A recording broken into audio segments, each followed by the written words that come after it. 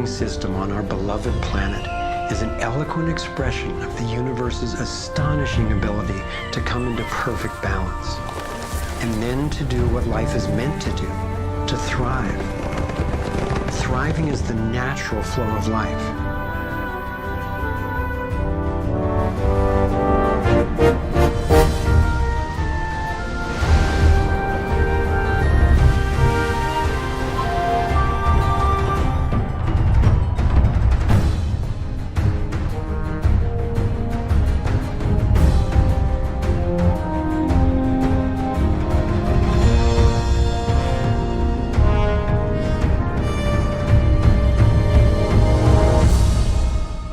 Consider what is surely one of the greatest wonders of all, how a tiny egg and a single irrepressibly plucky sperm can unleash a process that brings forth in the end another one of us. A being of vast ability and unlimited potential, with a brain capable of complex and soaring self-reflection, legs made to dance and run, fingers nimble enough to weave a basket, play a violin, caress a face. If nature teaches us anything, it is that life is meant to work, and that like every living thing, our purpose is to thrive.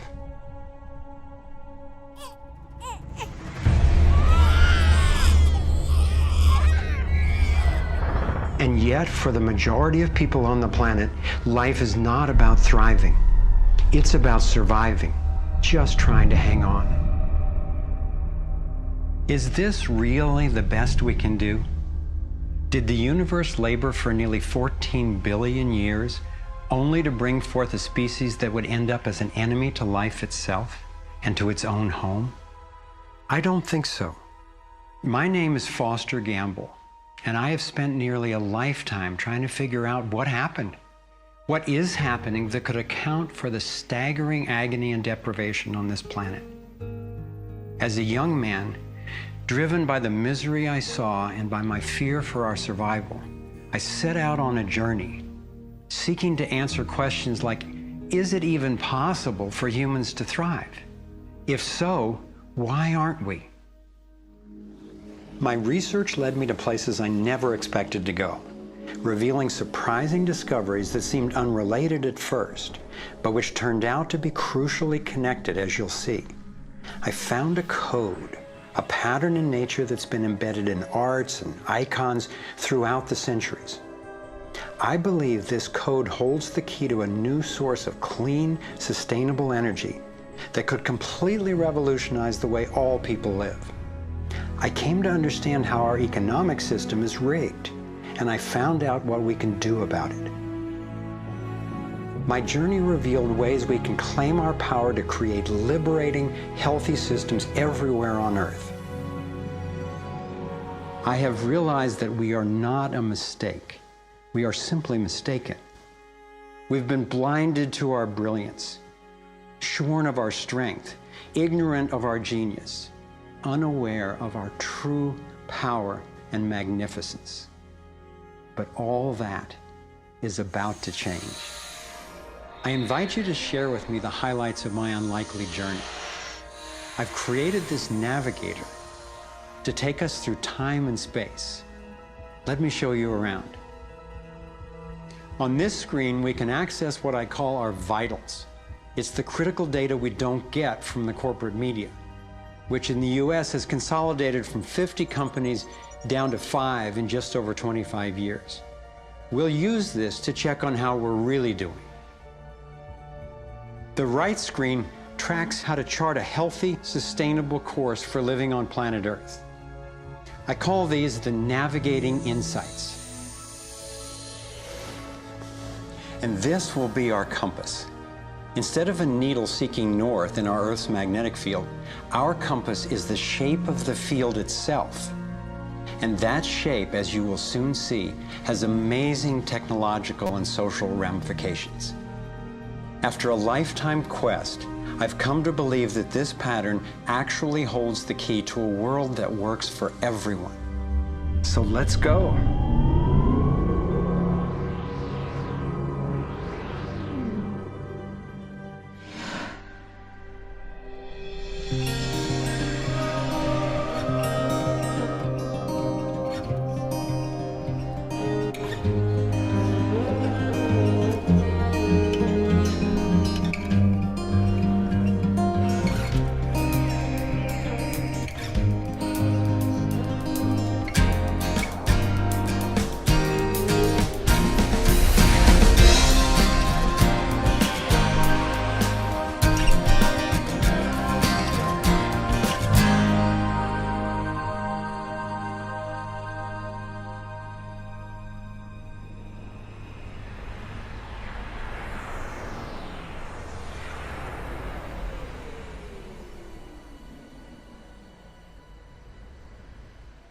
I grew up in a world of privilege and power, attending elite private schools and then Princeton University.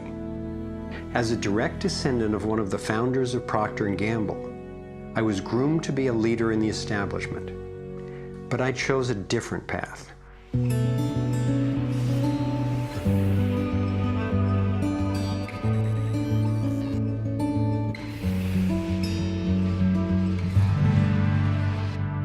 I began to wake up when I was in elementary school.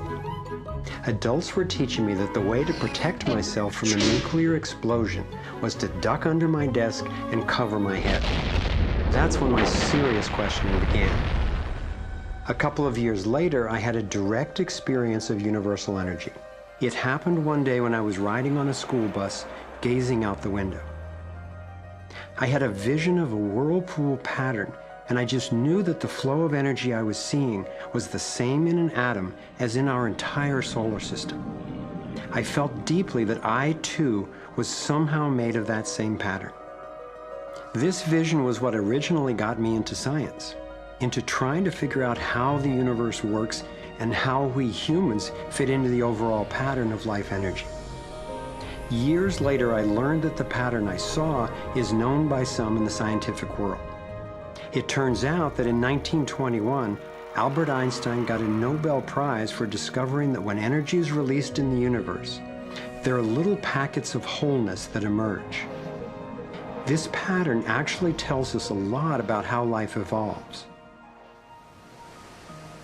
Considering the enduring wonders of creation throughout the universe and how unsustainable so many of our human systems are, I figured learning how the universe creates and sustains life would actually be quite useful.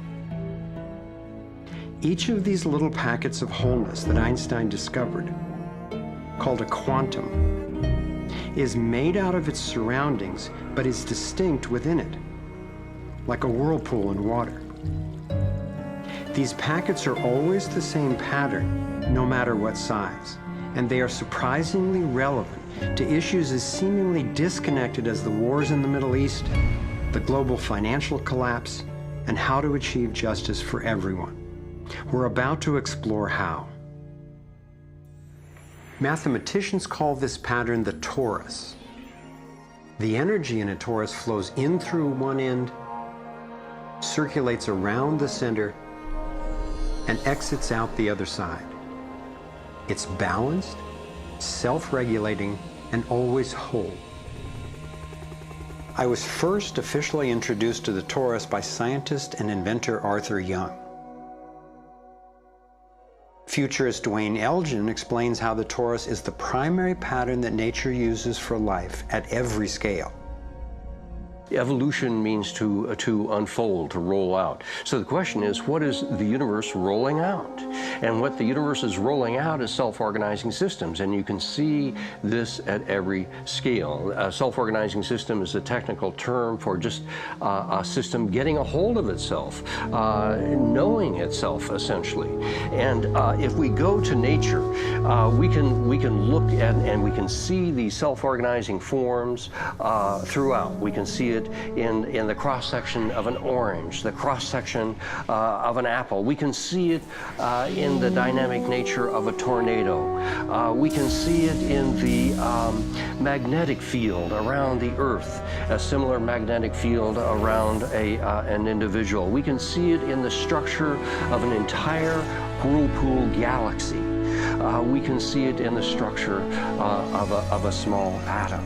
At every scale, throughout its entire history, the universe has one single project. It's growing toruses. The universe is a torus growing factory.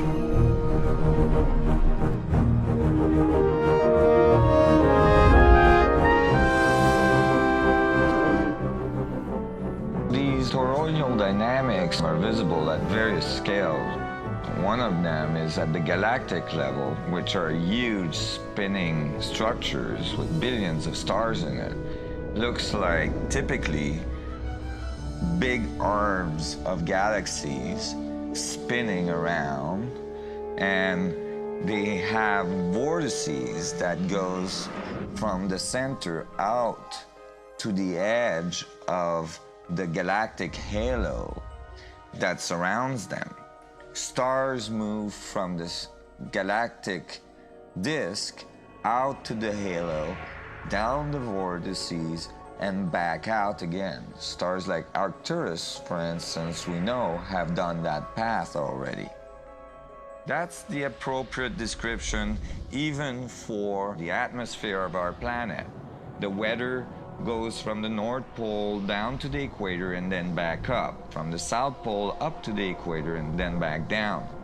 Even the dynamics on the surface of the sun are very similar. Of course, here we're looking at it from an external perspective on a small-scale model. When you look at the solar system embedded in the galaxy, embedded in the cluster, embedded in the supercluster, we're traveling in this boundless sea of infinite torus flow.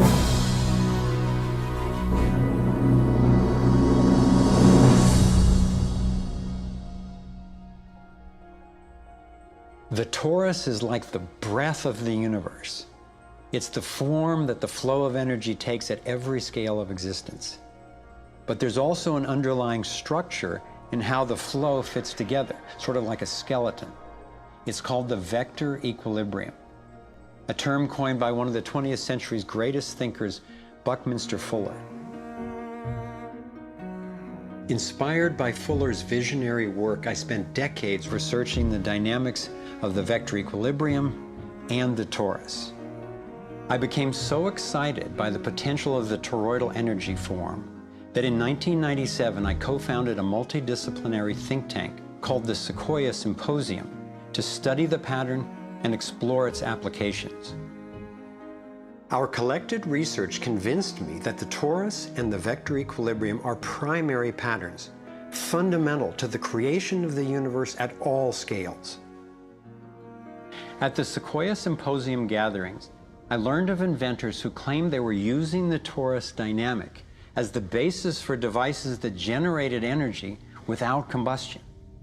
This revolutionary development, accessing what's sometimes called zero point or radiant or free energy, is now being called most simply new energy technology. Given that so much of the suffering in our world is the result of lack of access to energy, I realized that free, unlimited, clean energy would be one of the greatest breakthroughs in history. It could not just improve, but actually transform the quality of life on this planet. So I began to wonder who else knew about this pattern or about this powerful potential energy source. Some of the scientists at the symposium showed me how the torus has been encoded by different cultures for millennia. Apparently, ancient cultures had embedded this code in the most enduring forms then possible, in stories, in icons, in alphabets, and buildings. Here we are at one of the world's oldest sacred sites, the Osirian Temple at Abydos, Egypt. Very little writing is found in the Osirian Temple. However, there is one very significant piece of information in that temple.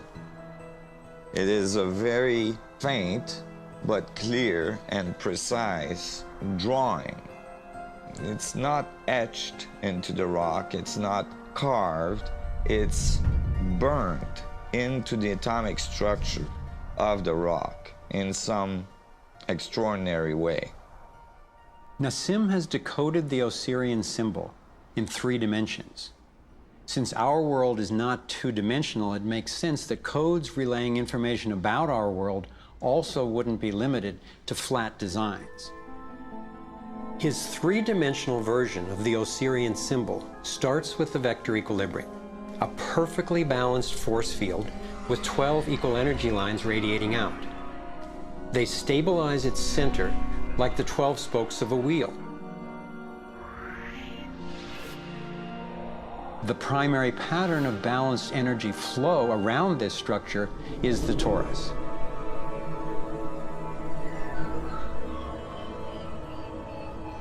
Here we expand to the next larger scale, with a total of 64 pyramids called tetrahedra.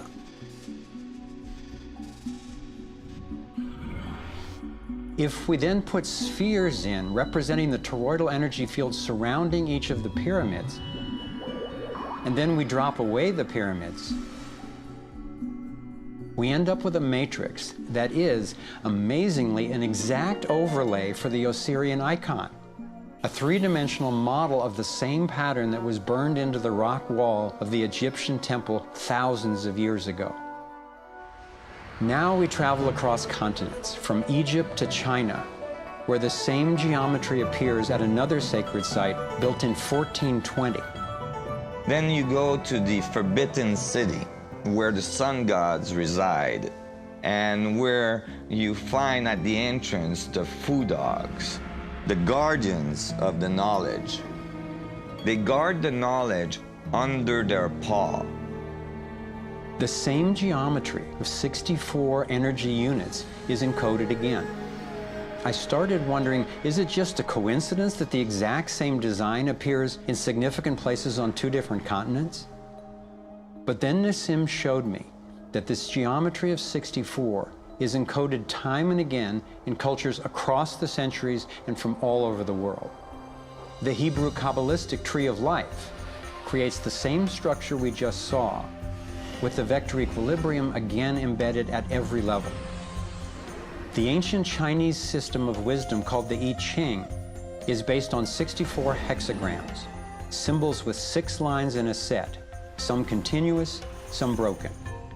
These can be put together as the 6 edges of a tetrahedron, and together would form the 64 tetrahedron crystal.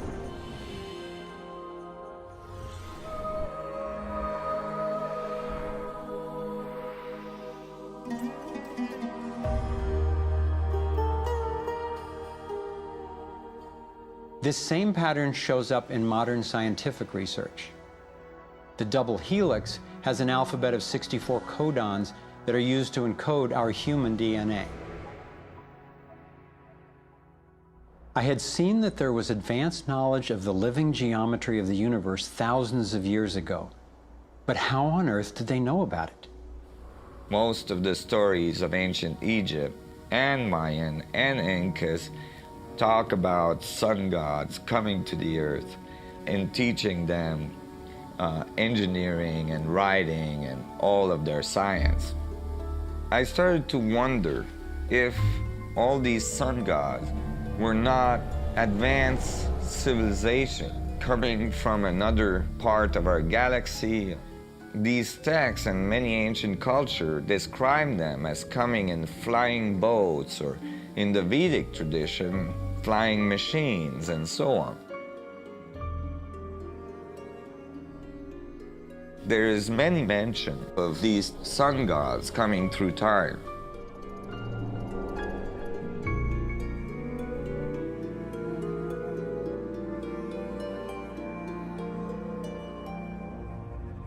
Could these early pilots from beyond our world be the ones responsible for sharing the knowledge of this code?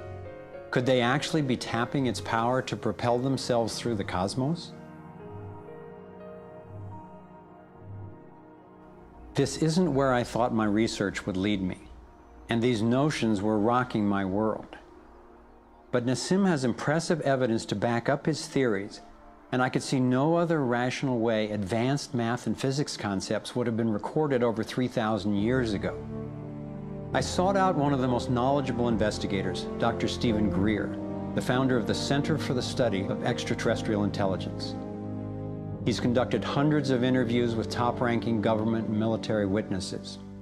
And so when we talk about extraterrestrial intelligence, we're talking about civilizations that have reached the point of being sentient like we are, but whose technologies and perhaps social capabilities are such that they've been able to become interstellar or interplanetary civilizations. And when you look at the fact that the most conservative estimates are in the Milky Way galaxy that there are at least 10,000 Earth-like planets that have intelligent life on them, and that at least half of them are likely to be as advanced or more than ours.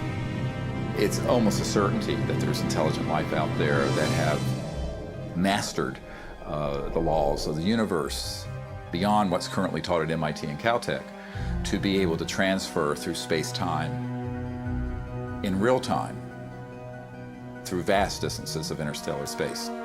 We have over 4,000 cases where these objects have landed on terra firma and left physical evidence. We have over 3,500 pilot cases. We have hundreds of cases, including ones from the highest ranking investigator at the FAA, John Callahan, and numerous other operators where these objects have been tracked on radar going tens of thousands of miles per hour or dematerializing and then reappearing in another point in the sky. Yes, there have been ET visitation, there have been crashed craft, there have been material and bodies recovered. We have contact with aliens not originating from some foreign country, but from some other solar system. And I have been a party to that. There were documents that I have seen that refer to the Roosevelt having several instances of UFO flyovers, and particularly after they took on board nuclear weapons. And my SEAL told me, Jordan, this, what have you got in your log? This never happened. The crew going on duty and the crew coming off duty all saw the UFO just hovering in midair. It was a metallic, circular object, and from what I understand, the missiles were all shut down. That means they went dead, and something turned those missiles off. Now, remember, all this stuff is flying at several thousand miles an hour. So this thing fires a beam of light at the warhead, hits it, and then this thing flies up like this. Meanwhile, we're all going like this, fires another beam of light, goes around like this, we're going like this, fires another beam of light, goes down like this, fires another beam of light, and then flies out the way it came in.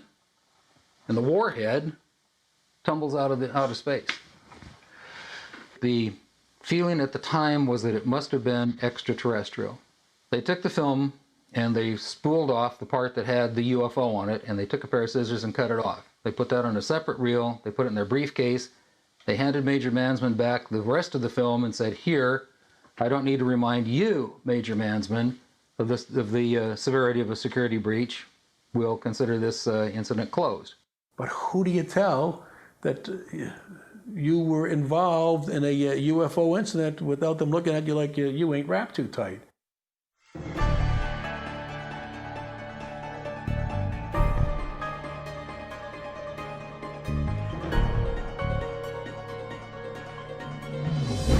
Out of all of the evidence for the existence of UFOs, one extraordinary phenomenon continues to astonish and inspire me. The appearance throughout the world of so-called crop circles. These elaborate designs appear mysteriously swirled into crops of grain in such a way that the stalks are bent over, yet remain alive. More than 5,000 of these patterns have appeared in over 30 countries, most of them in England. The media has led many people, including me at first, to write these crop patterns off as hoaxes, the nighttime work of a few pranksters. Of course, there have been faked versions, but those made by human hands are crude compared to the vast majority of these elegant creations. Could hoaxers have created all 5,000 of these patterns? Could a few people with ropes and boards have created something as complex and beautiful as this one, made in the dead of night in a driving rain and leaving no footprints in the soil? The electromagnetic field over the area where the crop's been laid down to create the image is often electrostatically charged. Some of these areas are littered with strange magnetic particles. One of the most amazing crop designs is not a circle, but a rectangle that seems to be a direct response to a message sent out into space in 1974.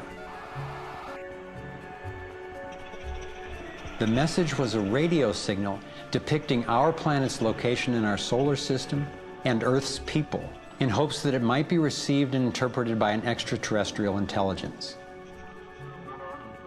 27 years later, in 2001, this crop design appeared in England, along with what could be a self-portrait of the sender.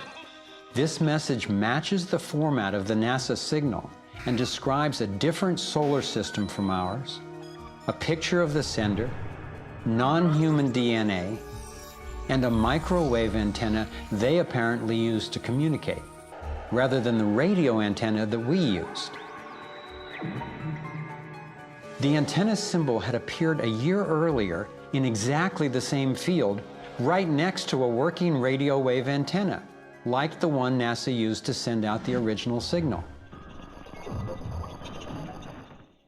NASA continues to officially deny extraterrestrial contact of any kind. And yet, year after year, these spectacular creations appear.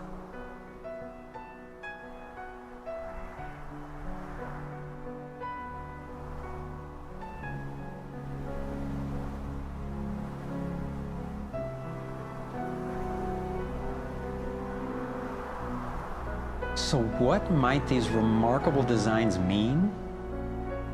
Here are some two-dimensional versions that seem to be revealing the torus in 3D.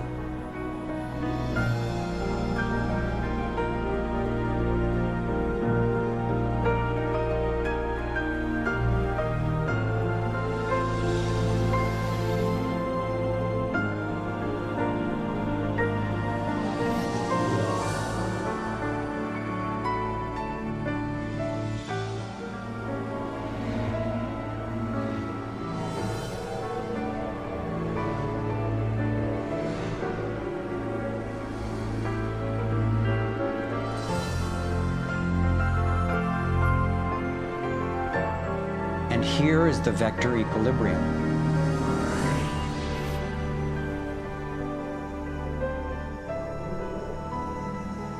And the related pattern of 64 that we saw encoded in the arts of so many ancient cultures.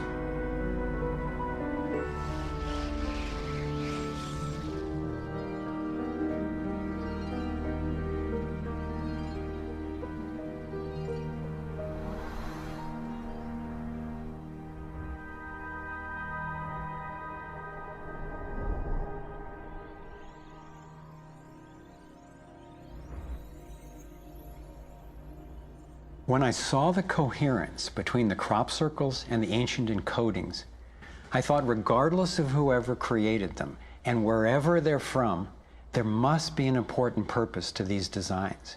They're so coherent. I've come to believe that the pattern of the torus and the vector equilibrium, especially in the form of the 64 tetrahedron crystal, is showing us how energy works in the universe so that we can learn to align with it. I believe that they're giving us a model for accessing energy in a clean, safe, and limitless way, and a new means of propulsion. What more important message could there be to get to us, and especially now, from their perspective, as we're beginning to extend our careless reach beyond our planet? I got further confirmation of this notion when I met Dr. Jack Kasher, a former professor of physics at the University of Nebraska, who has also researched UFO phenomena. Presenting at a Sequoia symposium, Dr. Kasher showed a remarkable series of drawings by a woman named Lane Andrews, who claimed to have been invited onto an extraterrestrial spacecraft. I was startled to see her detailed sketches of the toroidal energy field that she said propelled the vehicle and protected the passengers. I subsequently interviewed James Gilliland. James has many hours of UFO footage from his ranch near Mount Adams in Washington state. He also claimed to have gone on board an alien spacecraft. What blew my mind was that he had never met Lane Andrews and had no knowledge of her experience, yet he described a phenomenon that was amazingly similar: numerous ships with spinning rings of light. Could it simply be coincidental that James and Lane described the same torus dynamic, and that both of these people have been harassed extensively by government and military agencies? To some, the idea of UFOs may sound crazy, and yet from another perspective, it is completely plausible. The Earth is about 4.5 billion years old. That's 4,500 million years old. What if there's another planet that's almost exactly like us? Almost exactly. 4,501 million years old. They're a million years ahead of us. And on a galactic scale, they're almost our twin brothers. So where are we going to be in a million years? We'll have solved all these problems, and there's another way, whether it's wormholes or warping space. There's got to be a way to generate energy so that you can pull it out of the vacuum. And the fact that they're here shows us that they found a way. This is a major shock to the human system that is in process. I understand why people in our generation, people who aspire to positions of political leadership, etc., never dare go near that question, because it's a worldview challenge. It's a fundamental worldview challenge. So here we are, a relatively immature species struggling with possible self-destruction. If aligning with the torus does hold the key to a new form of clean, safe energy access, imagine the implications. This could be the most important technology breakthrough of our times. So who wouldn't want to have an energy source that's unlimited and freely available? That turned out to be a key question, and that's what led me down the next rabbit hole.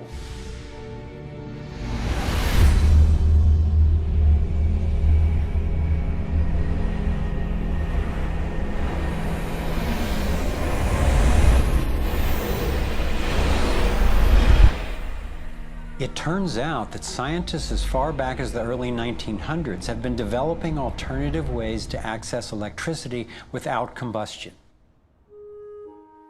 Nikola Tesla believed he had tapped into what he called radiant energy. Many scientists believe he was accessing what's now called free energy. But before Tesla could finish the project, his financier, banker J.P. Morgan, who had a monopoly on the copper used for electrical lines, recognized how Tesla's invention could transmit electricity without wires. He then shut down Tesla's funding.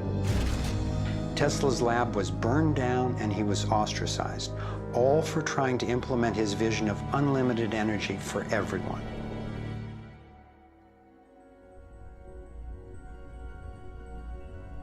A modern-day inventor, Adam Trombley, was inspired by Tesla's work and by the possibilities of the torus.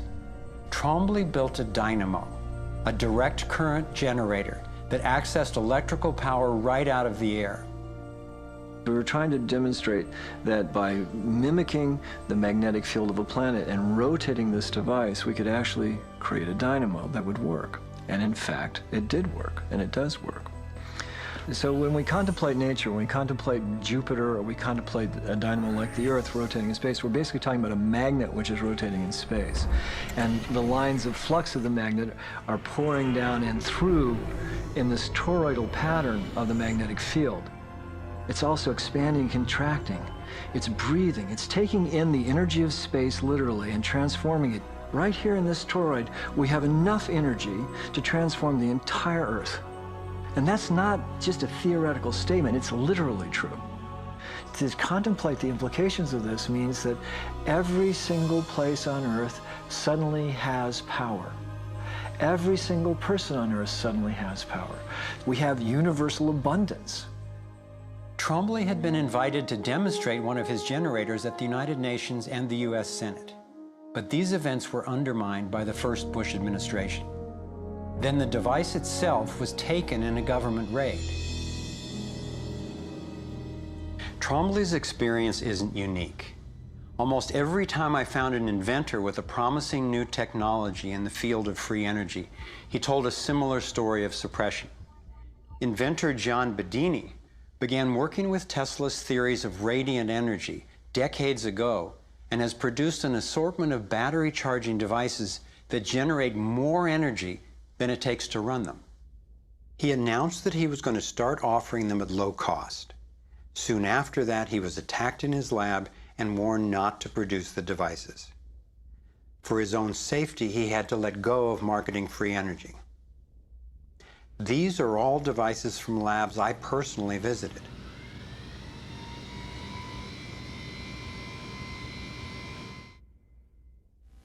Now,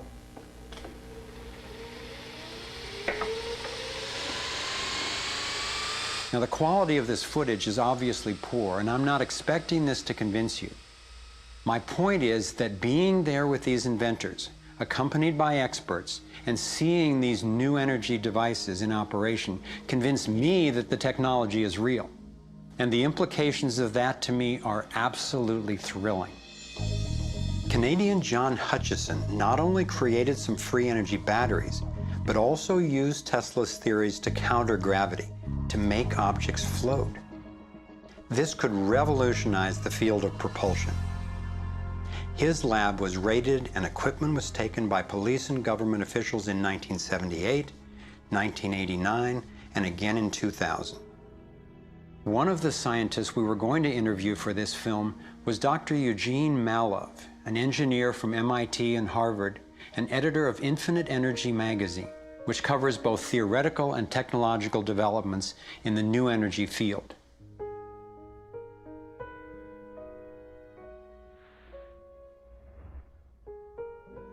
Dr. Malov was mysteriously beaten to death in 2004. If these inventors were all hoaxers and charlatans, I wondered, why are they being suppressed so consistently and so brutally? I asked free energy inventor Adam Trombley why he thought this technology was being suppressed, and if the UFO phenomenon was related. We've had major military people at great risk to themselves say, yes, these things are real. Why do you think the military-industrial complex doesn't want that statement to be made? Because you start thinking about what kind of technology is behind that. That's the bottom line. The suppression of UFO phenomena is hand in hand with the suppression of so-called free energy. The energy is extracted from the fabric of the space around us, which means it cannot be metered. That is a direct threat to the single largest industry in the world, energy. It's goodbye ExxonMobil, goodbye oil, goodbye coal, goodbye linear transmission of electricity through power lines, all that gone. Unfortunately, it's someone's $200 trillion piggy bank. The proven oil and gas and coal reserves are worth north of $200 trillion.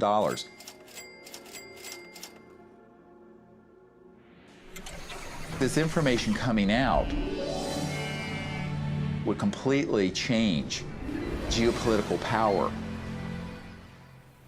more than anything since, well, in recorded human history. And it would happen in a generation.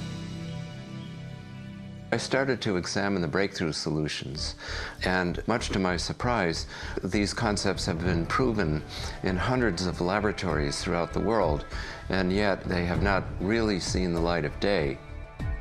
Rather than smashing things together and trying to control the explosion, these new technologies rely on blending, of dancing with what naturally is.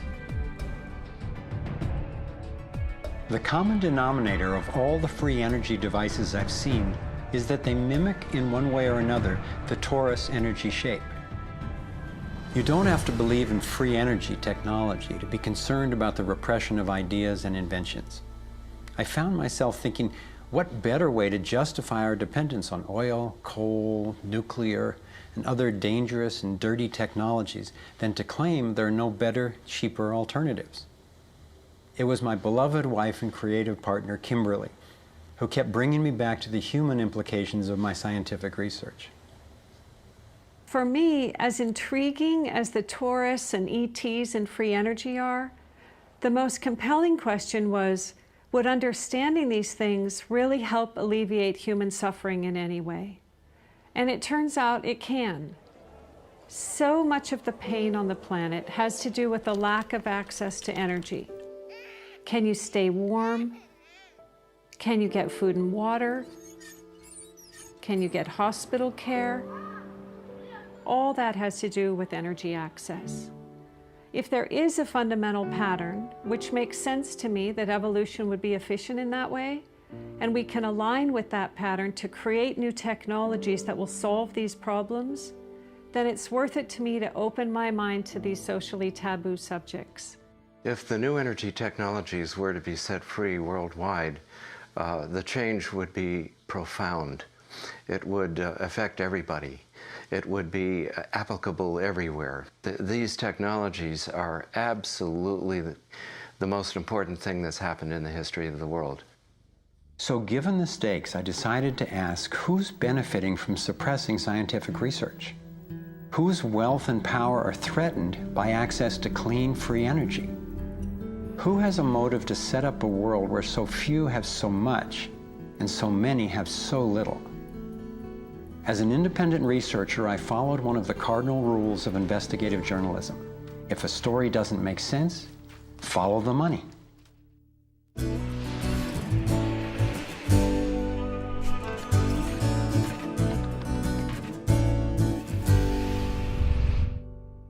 Our being dependent on oil ensures that energy corporations continue to reap phenomenal profits. I see them committing huge resources to undermine energy alternatives, to control global reserves, and to maintain high oil prices. They have enough money and influence to suppress anything that might threaten their monopoly. So who's behind the huge energy corporations? The Rockefellers' oil empire got started in 1870 when John D. Rockefeller founded Standard Oil and became America's first billionaire. Standard Oil has since morphed into ExxonMobil and others. And the Rockefellers control our food as well. They were primarily responsible for the global shift to large-scale petroleum-based agriculture. I remember the so-called Green Revolution of the 1960s and 70s. Like most people, I thought it was a great thing. It was, however, based on the planting of huge plots with a single crop using vast amounts of oil-based fertilizers, herbicides, and pesticides. The Green Revolution was the brainchild of the Rockefeller Foundation's Natural Science Division in partnership with large agricultural corporations.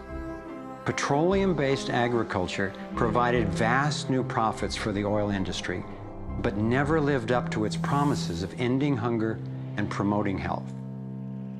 The Green Revolution did at first increase productivity because every bit of soil was being used for immediate production. But its true costs can now be seen. Taxpayers pay billions in subsidies to giant agribusiness corporations. Small family farms have all but disappeared. Biodiversity is destroyed. Toxic chemicals poison farm workers and pollute the land, water, and our food supply, endangering the health of us all. As of 2010, approximately 1 in every 7 people worldwide did not have enough to eat.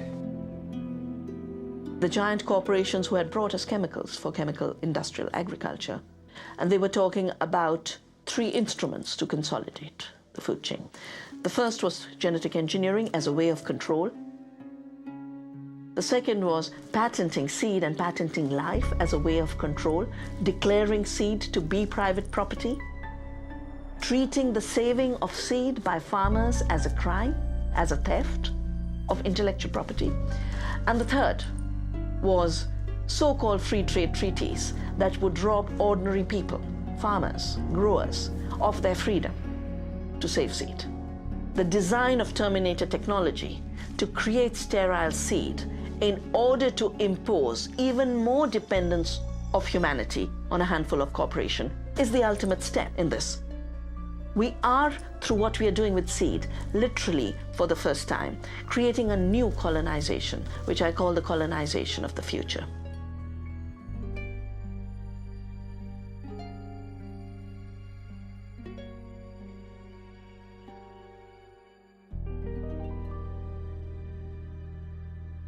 So in 2 crucial areas, energy and food, the same elite banking families and their corporations have taken control, and the consequences have been devastating. For me, it was overwhelming at first to discover such a monopoly of influence, but I knew it was important. Like learning you have a tough but treatable disease. It helps to understand what's causing it and how it operates if the goal is to cure it. So I continued my investigation. If oil and food are controlled by the big banking families, where else does their influence show up? As I followed the money, I began to see this same pattern of control in just about every area of our lives. and I always found the same families in charge, either directly through their banks and corporations or indirectly through their major foundations. Again, it was the Rockefellers who created the National Education Association with help from the Carnegie Foundation and later from the Ford Foundation. What the captains of industry wanted from our schools was an obedient and docile workforce who would be manageable employees and eager consumers. Schools are to establish fixed habits of response to authority. That's why it takes 12 years. You're to respond reflexively when anyone in a position of authority tells you what to do. Like education, health is yet another area dominated by big money and corporations. The American Medical Association, for example, is largely funded by the Rockefellers, who use their funding to influence AMA research and decision-making. The average MD in 4 years of medical school takes one course in nutrition, 2.5 hours in many cases, and the materials used, the curriculum materials, are supplied by the National Dairy Council and the National Livestock and Meat Board and other industries, including the Sugar Association, with products to sell that actually undermine our health in the first place. Unfortunately, the way the system of medicine is set up, medical education is primarily funded by pharmaceutical companies. So there's a motive to make and sell as many drugs as possible. It's also a very time-effective way of making money for the physician, for the pharmaceutical company, for the whole medical establishment. But it's really perpetuating the problems it was meant to alleviate. Side effects may include nausea, dry mouth, and constipation. Decreases in white blood cells, which can be serious. Sexual side effects, diarrhea, nausea, and sleepiness. Can lead to coma or death. How far will these forces go to make a profit? Would they actually suppress cures for diseases the way they've suppressed free energy technology? Sadly, my research has shown me the answer is yes. One well-documented example is the case of Dr. Royal Rife. In the 1920s, Dr. Rife invented the most advanced microscopes of his time.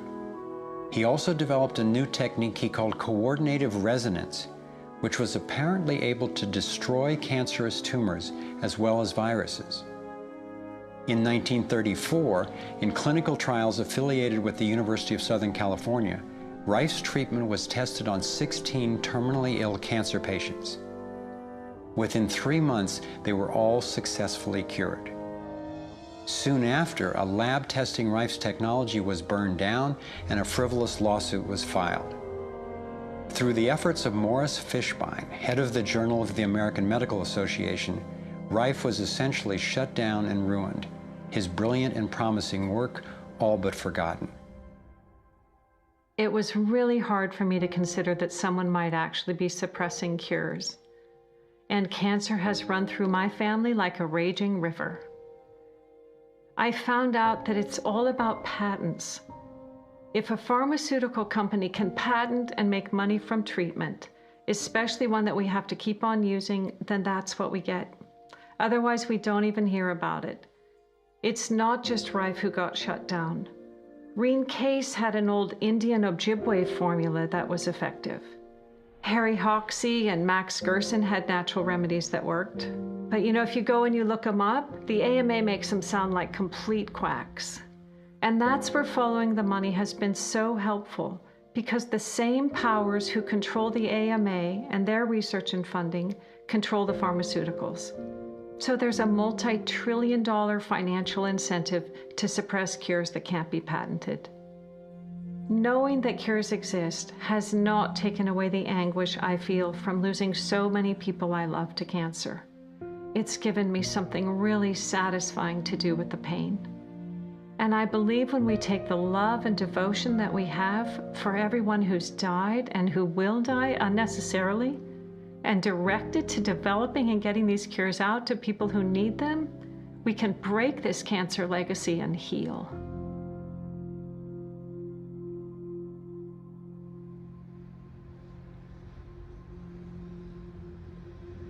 As difficult as it was for me, I have come to an inescapable and profoundly disturbing conclusion.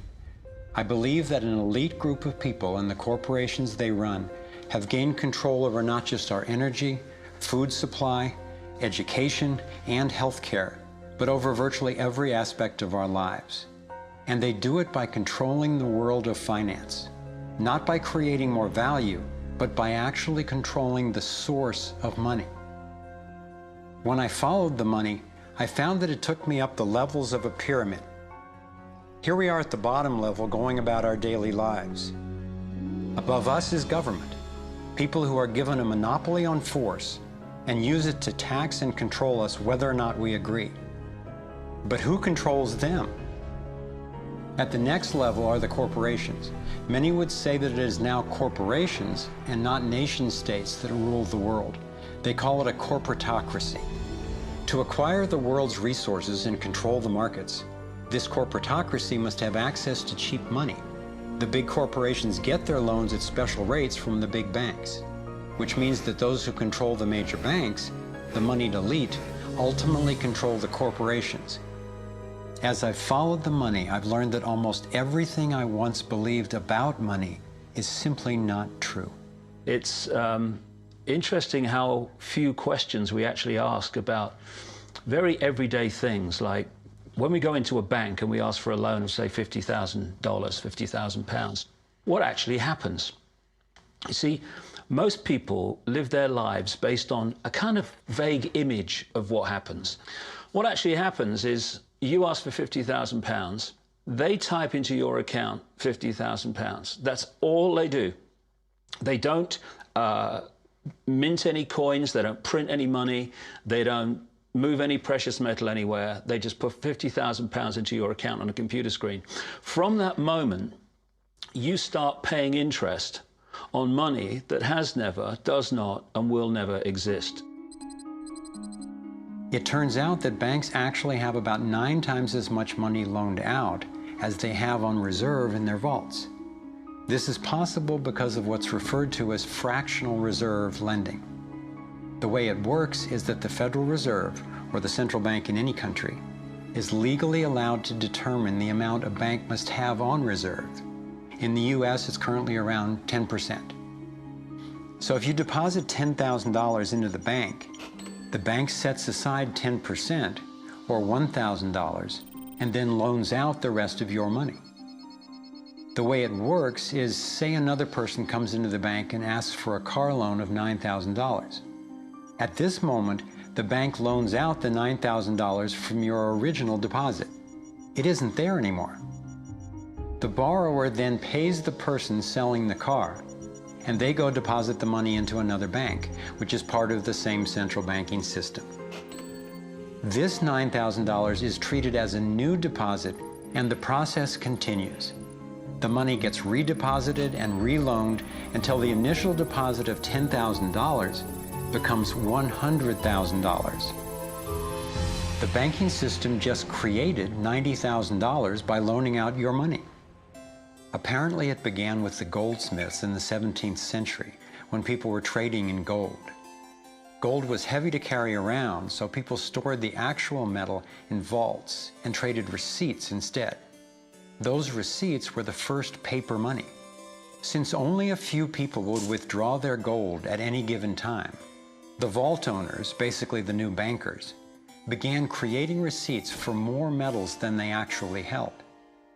They loaned out those receipts and charged interest on money, gold, that they didn't really have.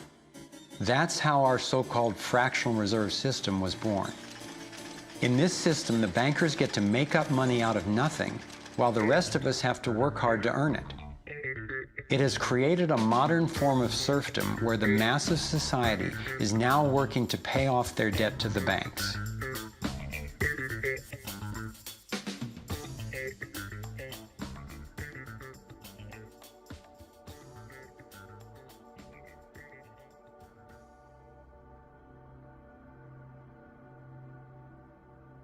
Under this fractional reserve scheme, we inevitably become debt slaves to a ruling class of financial elite, not because they are better or smarter than anyone else, but because they have rigged the system to benefit themselves at the expense of most people on the planet. Catherine Austin Fitts is an expert on this issue. She was an Assistant Secretary of Housing and Urban Development under President George Bush Sr., and then an advisor to the Clinton administration. Let's set up a game of Monopoly and you want to buy Park Place.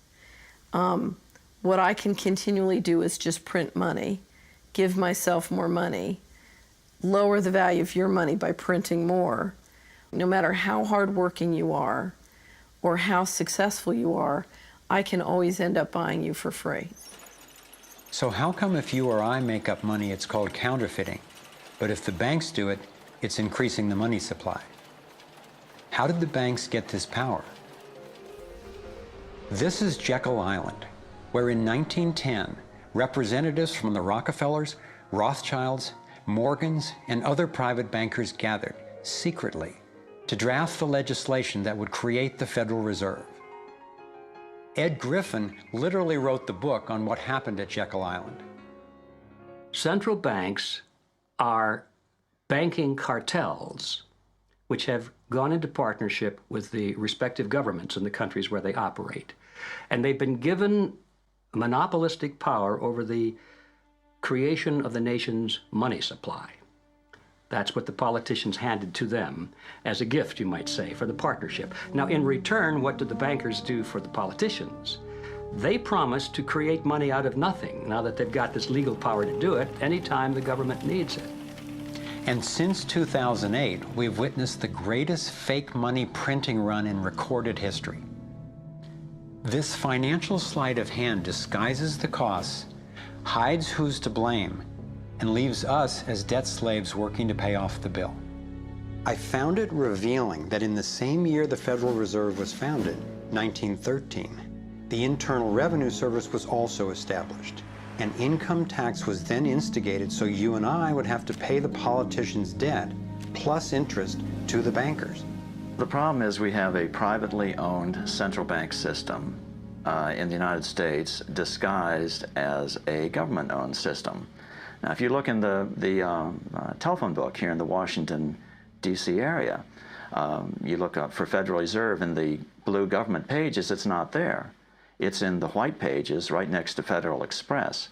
It's a privately owned central bank. What is the proper relationship, what should be the proper relationship between a chairman of the Fed and a president of the United States?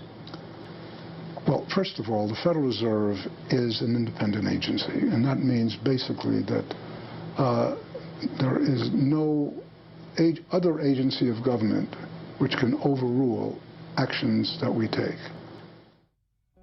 There is no other agency of government which can overrule actions that we take. We have a private bank that prints money on behalf of the Treasury. The Federal Reserve prints money on a debt-based system which creates scarcity. But it puts a group of insiders in a position of having access to all the data about the economy when we don't. So you have a small group of bankers who understand the data on how the money works in the economy, and it gives them the ability to print money in a way that the insiders are protected and everybody else is drained. Catherine went on to compare a healthy economy to a vibrant torus, balanced, freely flowing, and energized throughout, in contrast to what's happening in our current economy. What you have is a system that's very dynamic, and it's trying to optimize. But intertwined in the core of it, you have a tapeworm. The way a tapeworm works in your body is it injects a chemical into your body that makes you crave what's good for the tapeworm and bad for you. You have a parasite that's very much manipulating and engorging itself at the expense of the whole. We live in a tapeworm economy where the financial elite are the tapeworm and they're feeding on us. And they don't like it when people blow their cover. After Catherine began exposing government corruption at the highest levels, the FBI raided her company and seized its assets. She was dragged through the courts for 10 years before being found innocent. So we've got the Federal Reserve, a privately owned corporation with a monopoly on creating money, but with no accountability, backed up by a government with a monopoly on force. The country got sold on the Fed as an institution that would help stabilize the economy and remain independent of politics. But in fact, in close to a century of existence, the Federal Reserve has done just the opposite. Since they took charge, we've been robbed through inflation, and the purchasing power of the dollar has declined more than 96%.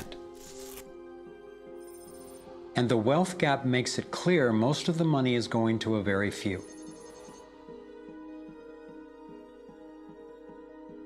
Only 16 years after the Federal Reserve was in power, America experienced the Great Depression. My research revealed that before the big crash in 1929, the elite bankers pulled their money out of the stock market. After the crash, they used that money to buy up cheap stocks and smaller failing banks for pennies on the dollar. Among the bankers who consolidated their wealth this way were the Rothschilds, Rockefellers, and Morgans. A similar scenario played out in the 2008 financial collapse, with the same bankers benefiting. In the years leading up to the collapse, the biggest banks, including Bank of America, Citigroup, and Chase, controlled by the Rothschilds, Rockefellers, and Morgans, were bundling and trading bad loans that they knew would eventually fail. It's like putting rotten oranges in a box and selling them as grade AAA. The bundlers of the debt knew it was only a matter of time before someone would open that box and see that the content was worthless, since they were the ones who packed the boxes in the first place. When the rotten oranges, what we hear about as unsound loans, derivatives, and credit default swaps, were finally discovered, everyone was impacted. People lost their homes, their jobs, their businesses, and their retirements. Meanwhile, the biggest banks who created the problem in the first place were the ones who got bailed out. Why's that? Why would the Federal Reserve give trillions to the banks, even though the majority of Americans were against bailing them out? And why not help those most in need rather than the perpetrators of the financial collapse? My research led me to believe that the same people who created the Federal Reserve, the Rothschilds, the Rockefellers, and the Morgans, still control it, and they use this scheme to bail themselves out at our expense. Many of the banks created are still the most powerful lobby on Capitol Hill, and they, frankly, own the place. I'm convinced that the near collapse of the economy in 2008 resulted from an orchestrated pump and dump scheme designed and executed by the big bankers to consolidate wealth and power. David Icke explains how he sees the Federal Reserve rigging the so-called business cycles. Stage one, it's like throwing a fishing line out. Stage one, you put lots of money, units of exchange, into circulation. You do this by pushing interest rates down, by making lots of loans. This is the part of the cycle we call a boom. Because there's lots of units of exchange in circulation, there's lots of money changing hands. That generates lots of economic activity.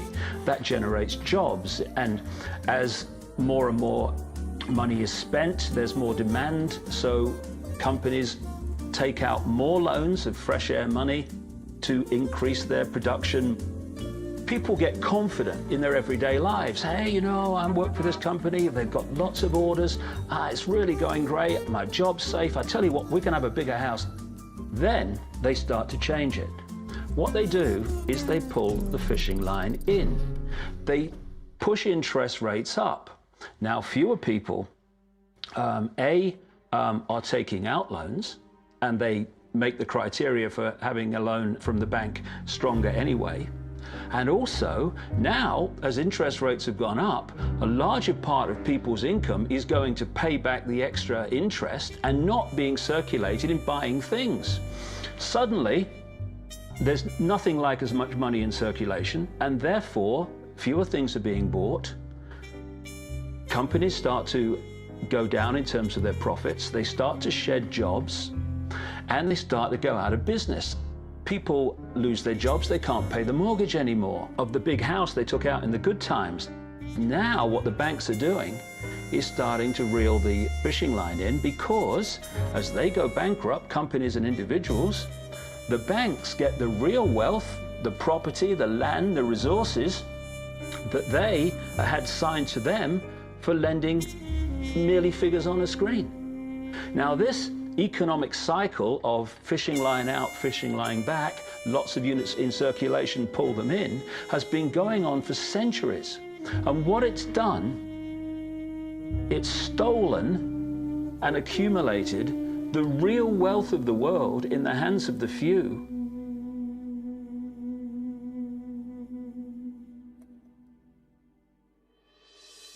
At the international level, central bankers use the World Bank and the International Monetary Fund to make more money while exploiting the resources of countries they lend to, bankrupting them in the process. The central bank of central banks is the Rothschild-created Bank for International Settlements. The elite are positioning themselves to control access to virtually everything we need to survive. No matter where you go in the world, the money is controlled by the banking system. They decide if people eat or if they don't eat. Who's a billionaire and who lives on less than $1 a day?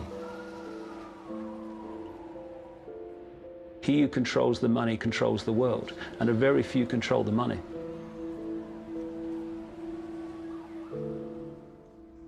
At this point, my view of the world had been turned upside down. I was struggling with the realization that the failure and suffering of so many is actually success and fulfillment for a few. The elite central bankers who fooled the world into letting them create money. They already have vast fortunes, so what is their end game? What is their ultimate agenda?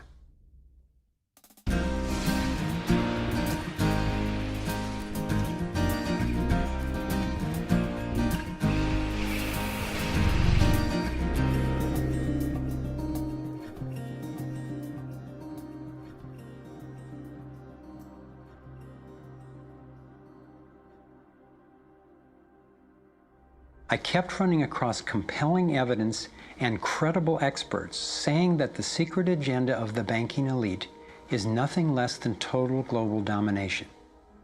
At first, I resisted the idea, but I was committed to finding out what was keeping us from thriving, no matter where it might lead.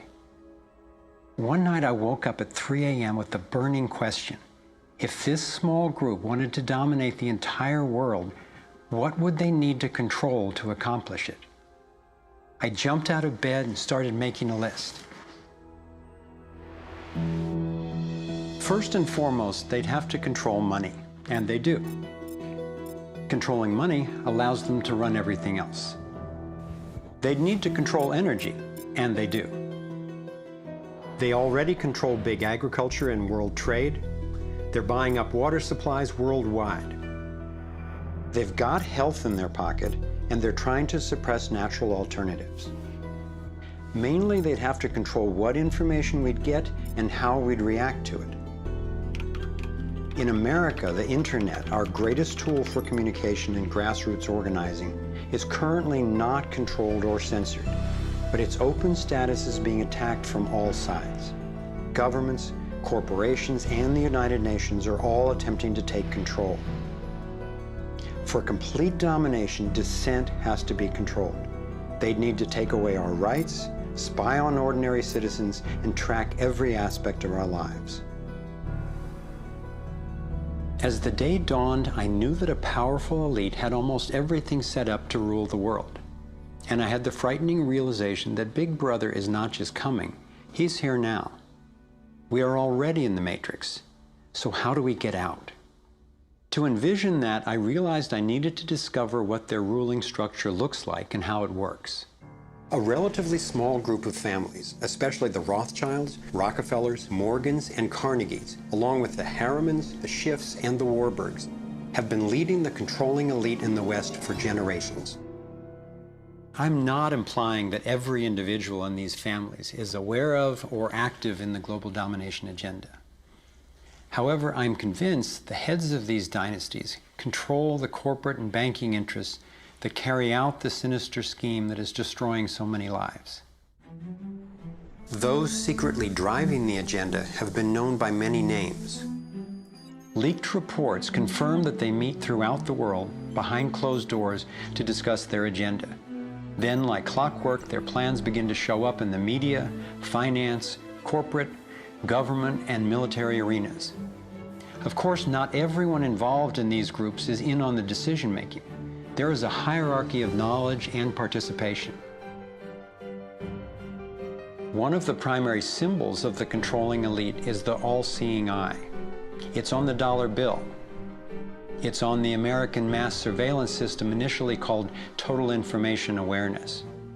It's on the British intelligence agency MI5. And it even oversees the Supreme Court complex in Israel, designed and funded entirely by the Rothschilds. I believe they've taken the majestic image of the Cheops pyramid and its legendary metallic capstone and perverted the meaning to represent those at the top being able to track and control all those under them.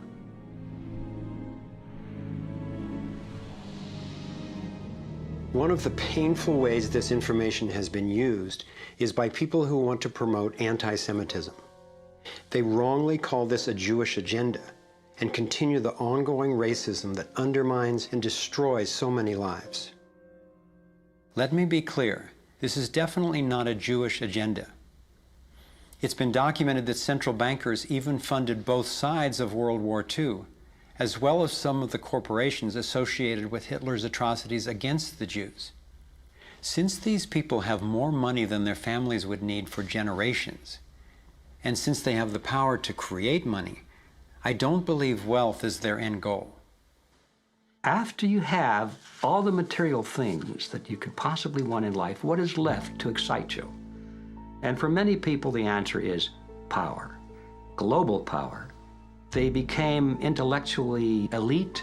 They began to think that they had a plan that was better than anybody else's plan. They got the idea that freedom is dangerous. If you give people freedom, you know what? They're probably not going to use it wisely like we think they should. We are smarter than they are. And for their own good, we should rule them. As I came to accept the idea of a ruling elite planning for total global domination, I began to hear these same people actually talking more boldly and publicly about it, only they call it the New World Order. When we are successful, and we will be, we have a real chance at this New World Order. It is a new world order with significantly different and radically new challenges. A new world order can be created. It's a great opportunity.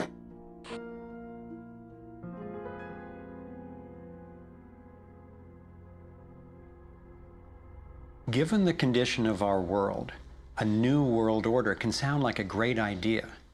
But I had to distinguish between what I was discovering about global domination, a one-world government run by an elite few, and the reality of our global interconnectedness, which is the realization that at a fundamental and even spiritual level, we are not separate, we are all connected. But the agenda for global domination is really the exact opposite.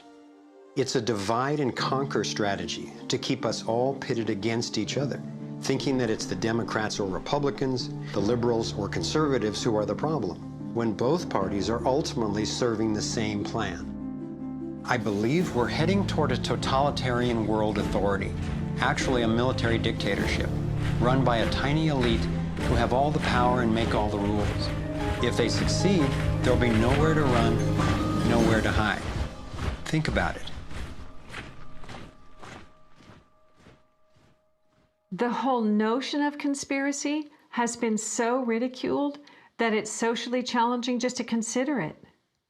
And there's always a reasonable sounding story to explain any one incident on its own.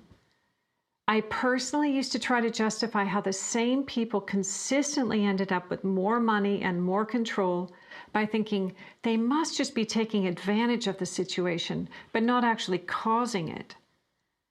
But after nearly a decade of putting the issues and the evidence together, I am convinced it is not random, and that a few very powerful banking elite families and their political and corporate partners do have an agenda to dominate and control the rest of us. Once I got the reality and the scope of the agenda, I really had to think, how much do I want to know about this? Do I want to focus on the worst of what human beings are capable of? I decided it is worth knowing who these people are and how their organizations operate, because on the other side of the rage and the sadness are clarity and strength, the power we have to focus our efforts effectively now that we understand what's really going on. The greatest prison that people live in is the fear of what other people think. What happened to me as a result of all the ridicule I went through is that I stepped out of the fear of what other people thought.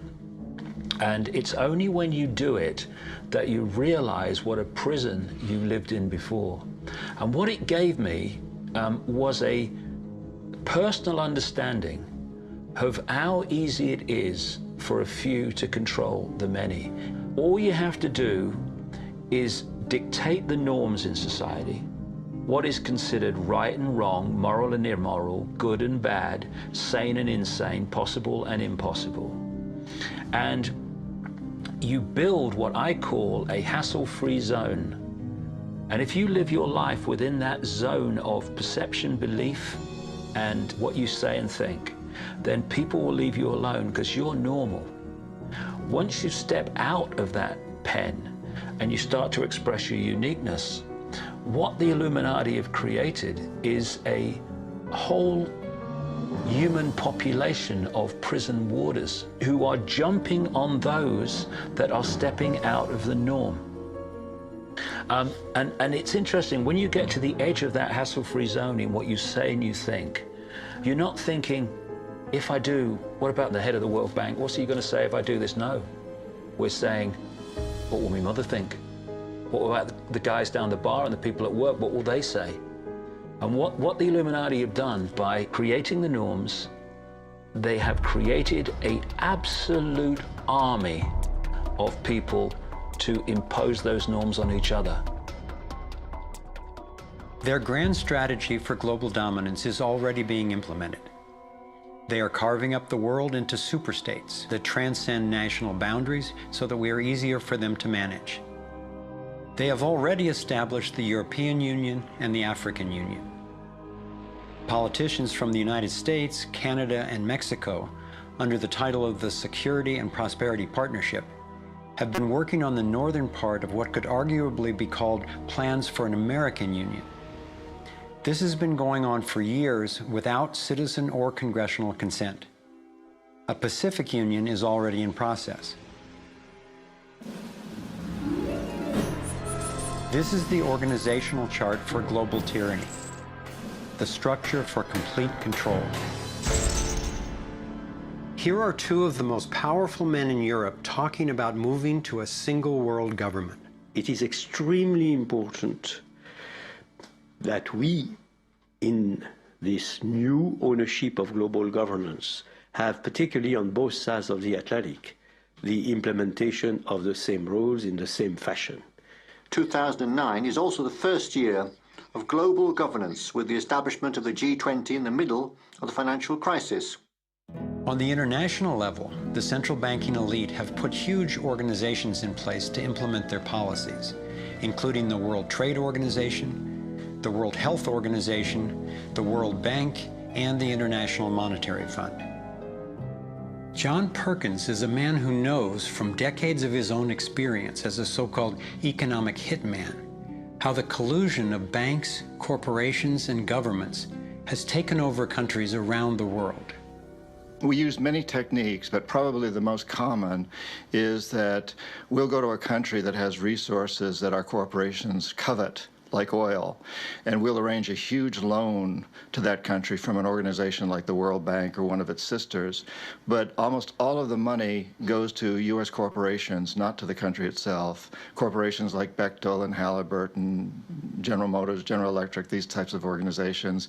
And they build huge infrastructure projects in that country, power plants, highways, ports, industrial parks, things that serve the very rich and seldom even reach the poor. In fact, the poor suffer because the loans have to be repaid, and they're huge loans, and the repayment of them means that the poor won't get education, health, and other social services, and the country is left holding a huge debt by intention.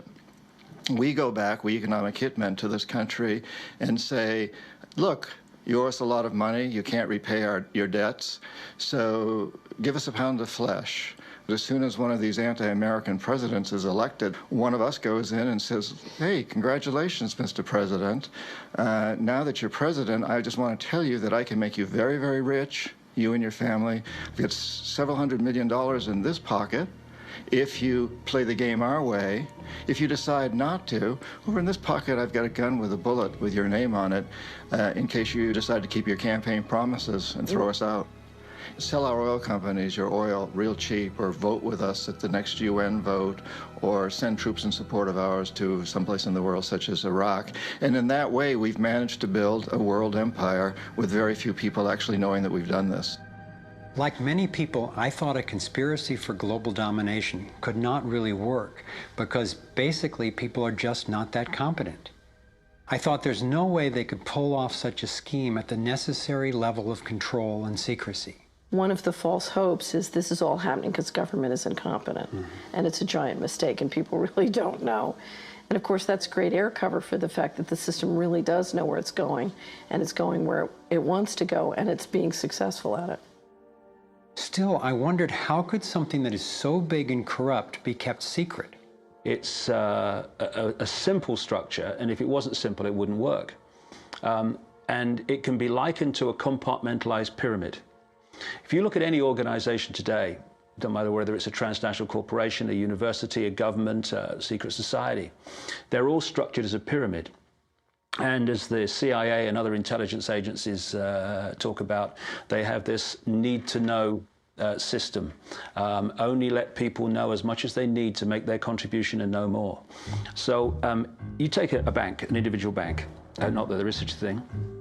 At the bottom, you've got the people you see when you pass your check over the counter in the bank. Now, they don't know what the bank manager behind them knows and is discussing. They only know what they need to know to do their job. The bank manager in the office behind them, he doesn't know or she doesn't know what's happening at the next level, and they don't know what's happening at the next level. And eventually, you've got a tiny few people at the peak of the pyramid of that banking structure. They're the only ones that know what the real agenda of the bank is and what the direction is that they're going and why. This kind of compartmentalization explains how the Manhattan Project, which developed the atom bomb in World War II, was kept secret despite having 130,000 people working on it. When I first let in the scale and the intentions of the agenda, I felt like I had the flu for about 2 weeks. But then it dawned on me. Here was this well-planned, well-orchestrated attempt to squelch human potential, and still our brilliance shines through.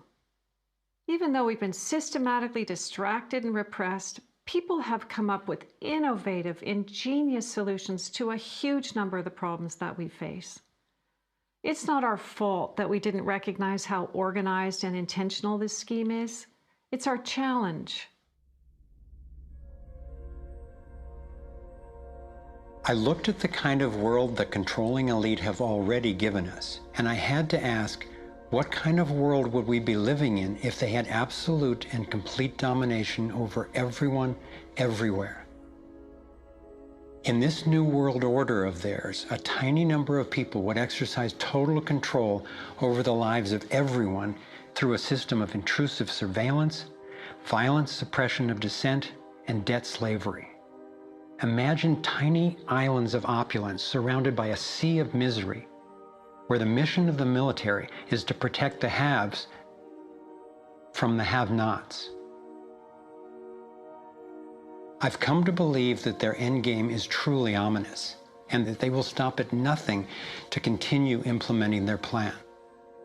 As difficult as it may be for Americans to accept, I'm now convinced the agenda of the global elite includes destroying the financial strength and sovereignty of the United States. With its history of free speech and armed revolt, America represents the major hurdle to global consolidation of power. If they can succeed in bringing down this country, I believe the international elite intend to transfer the power and productivity of Americans to their one-world dictatorship, gradually taking over our lives in what David Icke calls the totalitarian tiptoe. Think about it. They've got us so deep in debt we can never repay it. They're collapsing the dollar, and they're attempting to replace it with a global IMF currency. This press for a global cashless electronic currency would enable a central authority to financially disable any individual or group in an instant. Now, for the first time in history, international taxes are being proposed under the pretense of addressing climate change.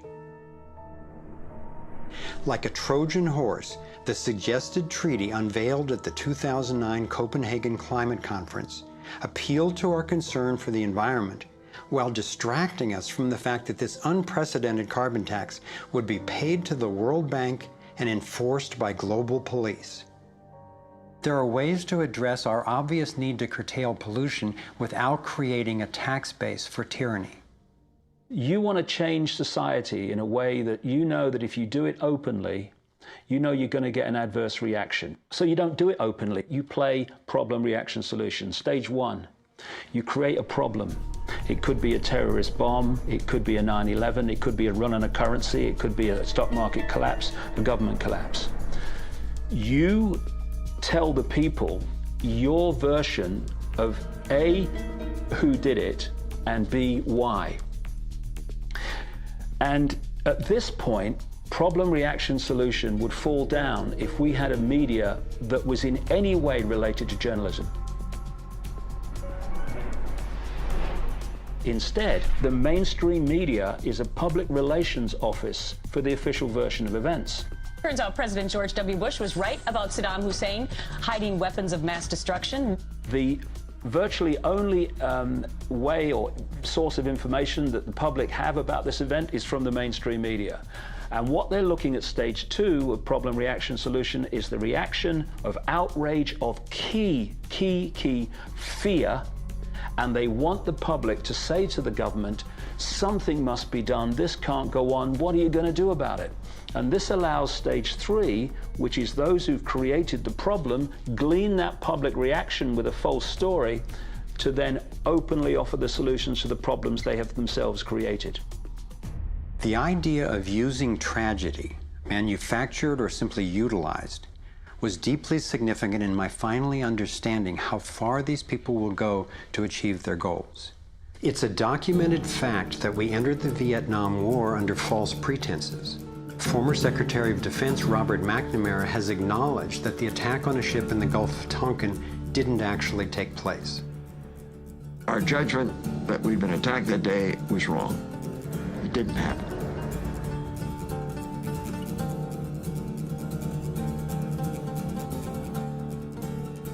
More recently, former President Bush used non-existent weapons of mass destruction as a pretext for invading Iraq. Tactics like this are sometimes referred to as false flag operations. An increasing number of people believe that 9/11 was a false flag operation by the global elite in order to set the stage for taking over Middle East oil and dismantling U.S. constitutional protections. There are lives in the balance. There are people under fire.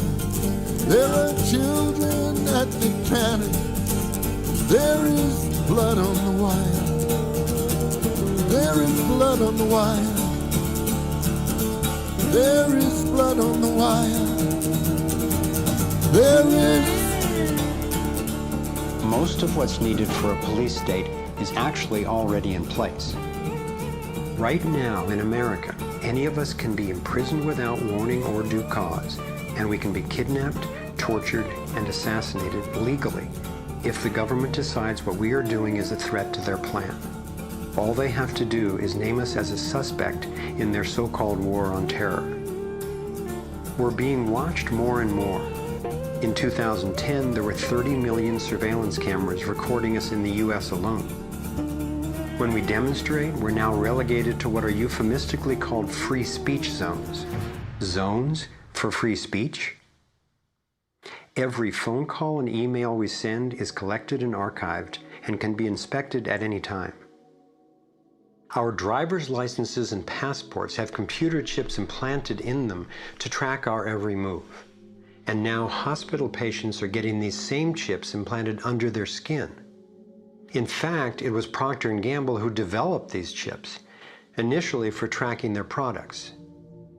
It's always offered as a way to help, but even an assistant director of Central Intelligence has admitted it's an entry point to getting all of us chipped for better tracking and control. These would-be controllers, through the U.S. Space Command, have outlined a plan called full spectrum dominance. Sophisticated satellite surveillance, as well as directed energy and laser weapons, which are already developed, have the ability to target dissenters anywhere on Earth. I believe they are also trying to ensure they can deal effectively with any resistance. FEMA containment camps and railroad cars with shackles have been recently constructed or refurbished all over the United States for use in what officials call times of pandemic or civil unrest.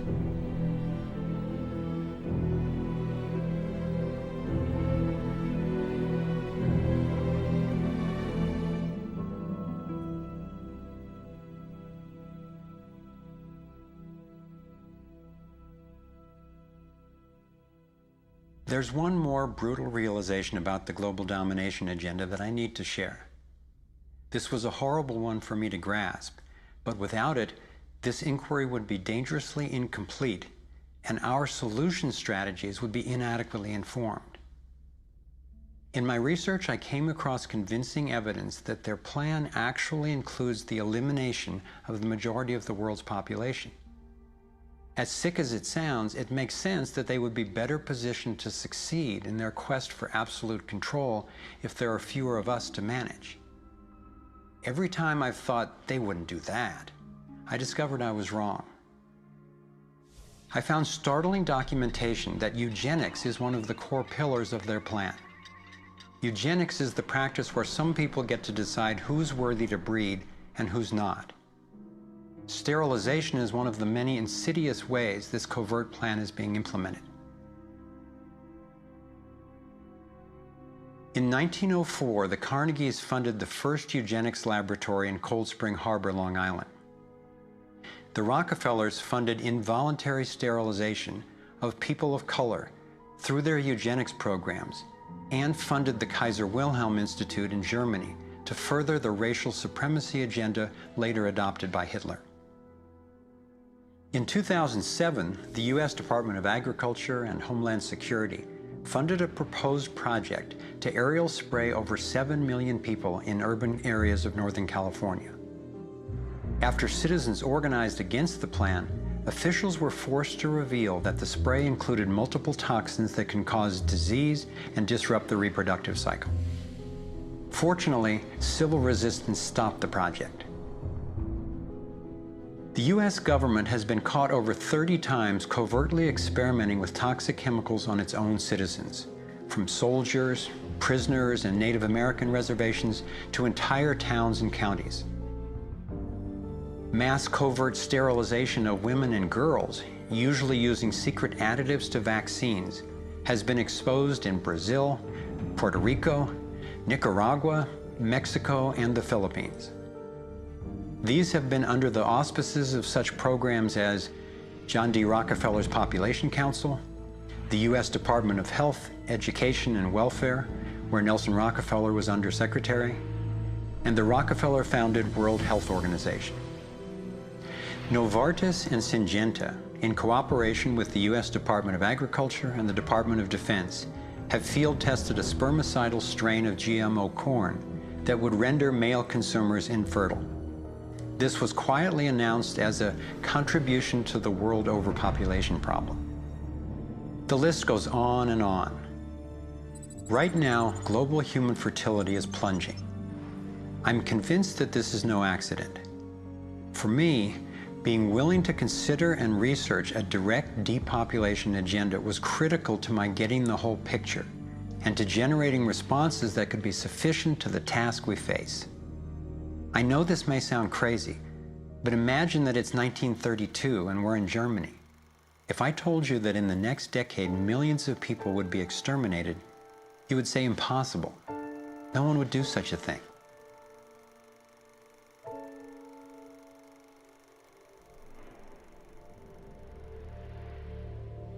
This is what depopulation looks like today.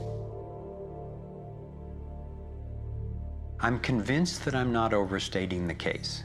Could I be wrong? Perhaps. But what if I'm not? We are at a critical fork in the road in human evolution. One road is leading toward tyranny and possible self-destruction. The other would lead us to a peaceful, healthy civilization based on honoring the rights and freedom of every single person on the planet.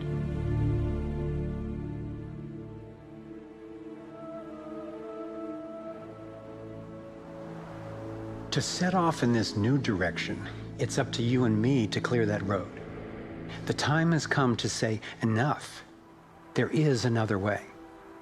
I believe that together we have the knowledge, the resources, and the solutions to meet that challenge.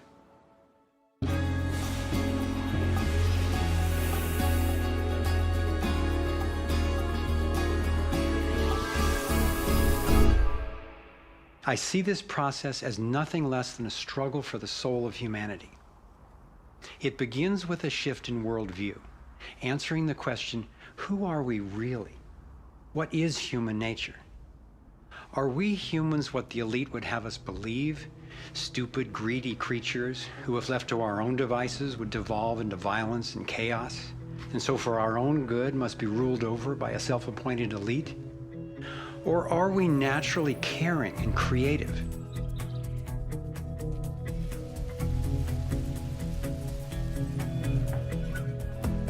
I believe when people are healthy and have what we need to survive, we can create a world based on integrity, freedom, and compassion. A world where everyone can thrive. Which of these two views will shape our future? That's our choice now. The agenda of the ruling elite is the product of a destructive worldview, based on their beliefs that there's not enough to go around, that some people are more deserving than others, and that their own safety depends on maintaining absolute control over the rest of us. In short, their worldview is based on scarcity and fear. But as powerful as they are, the architects of the New World Order cannot create their dreadful vision without our collusion. To stop them, to render their agenda obsolete, we have to wake up. We have to take action. This is like the last effort of a particular phase of civilization. It's its last gasp, really, and I often use the metaphor of the caterpillar becoming the butterfly, because the caterpillar crunches its way through the ecosystem. It's very destructive. It eats 300 times its weight in a day until it's so bloated that it hangs itself up and goes to sleep, and its skin turns into a hardened chrysalis. And then in its body you get these imaginal cells, biologists actually call them that, forming within the caterpillar's body. The caterpillar's body then actually becomes a nutritive soup for those cells. But what's important about that metaphor is that the old and the new coexist for a while. And it's the job of the caterpillar to preserve its life. It's a desperate government that we have now trying to control oil in the Middle East and wanting now to promote nuclear energy and all these things that they know better, but they have to play out the role of protecting themselves. It's their job. And if you love butterflies, you don't go around stepping on caterpillars. So we can't hate them. It doesn't do any good. But if you want alternative energy, you don't ask an oil economy administration to produce it for you. We have to produce it. We imaginal selves have to show that it's cheaper, more efficient, and more effective. Our job is to build the new world. If we had the vision and a worldview that says our crisis is a birth and everybody's needed and everybody will have more of what they truly want, you could turn this desperate world into a renaissance of human creativity and love. It may seem that the controlling elite has all the cards, but we have many advantages of our own. First, let's talk numbers. Very few people are consciously perpetrating the domination agenda. Most of those helping to implement the plan don't understand the full picture of what they're a part of. By my calculations, we outnumber the actual architects of the plan by more than 1,000,000 to 1 in the US alone. Entrepreneur and environmentalist Paul Hawken estimates that there are now well over 1 million organizations in the world that work towards social and environmental justice, comprising the largest social movement in the history of humankind. This movement, when connected electronically, could become a network of networks that will be the most powerful activist force for change ever.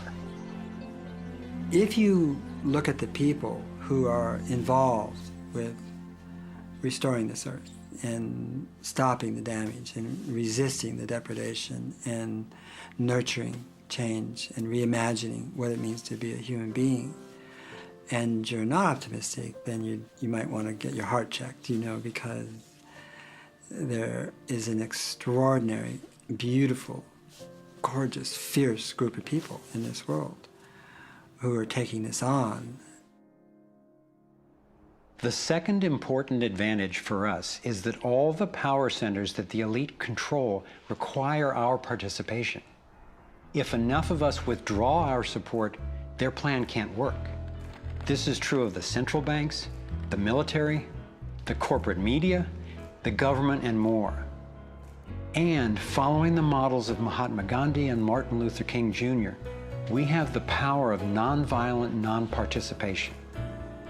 It takes tremendous energy, resources, and deception to try to dominate the lives of others. In moving toward freedom, on the other hand, we have on our side the evolutionary life force and what Gandhi called satyagraha, the simple power of truth. In India, we have thousands of villages which are now freedom zones. So we will not accept patenting. We will not cooperate with it, just like Gandhi did not cooperate with salt laws.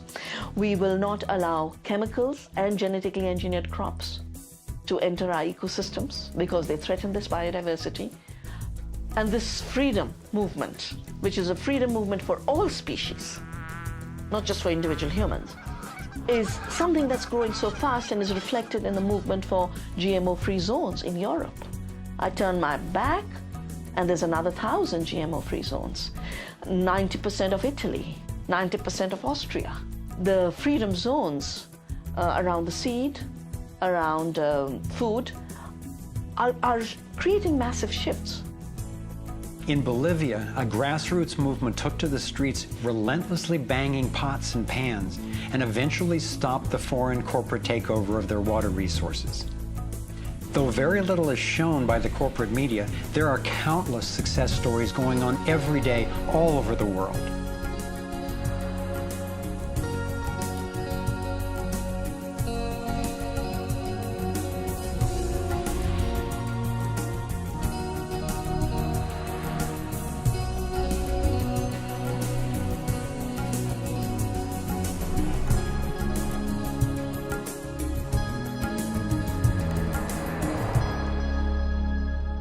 I wasn't willing to make this film until I knew there were responses that are a match for the crisis. And now the power of the internet enables us to share the breadth and the depth of this research. We've spent years creating a vast website, thrivemovement.com, that brings it all together and makes the information and what we can do about it accessible to everyone. Here you have your very own navigator module to go deeper into the main subjects covered in the film: code, problem, and solutions. You can study strategies and tactics and connect with others to take high leverage actions. Every fact stated in this film has been independently verified, and the reference is on our website. This sector navigator facilitates whole systems thinking that recognizes that actions in one area impact all the others. The center of the sector navigator is worldview, because it determines how we experience everything that happens within and around us. In every sector, you'll find critical issues, resources, group strategies, and individual actions to peacefully and productively affect real change. Our resource tree will link you to the people, organizations, and media that we most recommend to help you get more fully educated and engaged. I was encouraged to find that there are a minimum number of actions which, working together, can tip the scales. It's not endless. Once we see the big picture, we'll look at what each of us can do to help accomplish it. Let's take a look at the strategic antidotes to their economic domination. We need to stop any more bailouts of banks or corporations, dismantle the Federal Reserve, withdraw taxpayer support from central banking agencies such as the IMF and World Bank, allow development of alternative currencies and independent banks, and refuse international taxes. My main emphasis is on solutions in the US, because that's what I know best. But just as the predicament is global, so are the principles on which the solution strategies are based. Here are some tactical actions that we can take as individuals that don't take much time or money to make a real difference right now. Get informed, speak up, and connect with others. Bank locally. When we move our money out of the big centralized banks and into locally owned banks and credit unions, we defund the problem and fund the solution all in one move. Buy and invest responsibly. Every dollar you spend sends a message. Join the movement to audit and end the Federal Reserve. It's robbing us. Join a coalition to keep the internet fair and open. Don't let anybody take control over it. Support independent media. Get your information from diverse sources and think about who's funding the news you get. Support organic, non-GMO farming. Join movements to bring about honest elections, including traceable paper ballots and campaign finance reform. Congress can only be accountable to us when corporations stop funding them. Advocate for renewable and new energy technology. Bring the conversation about free energy out into the open. It will transform the power dynamic on this planet faster than anything in recorded history. Sign up for critical mass actions. It's a strategy to leverage our power by waiting until a huge number of us agree to participate before taking an action. Imagine 1 million of us acting in unison. Then again, imagine even more.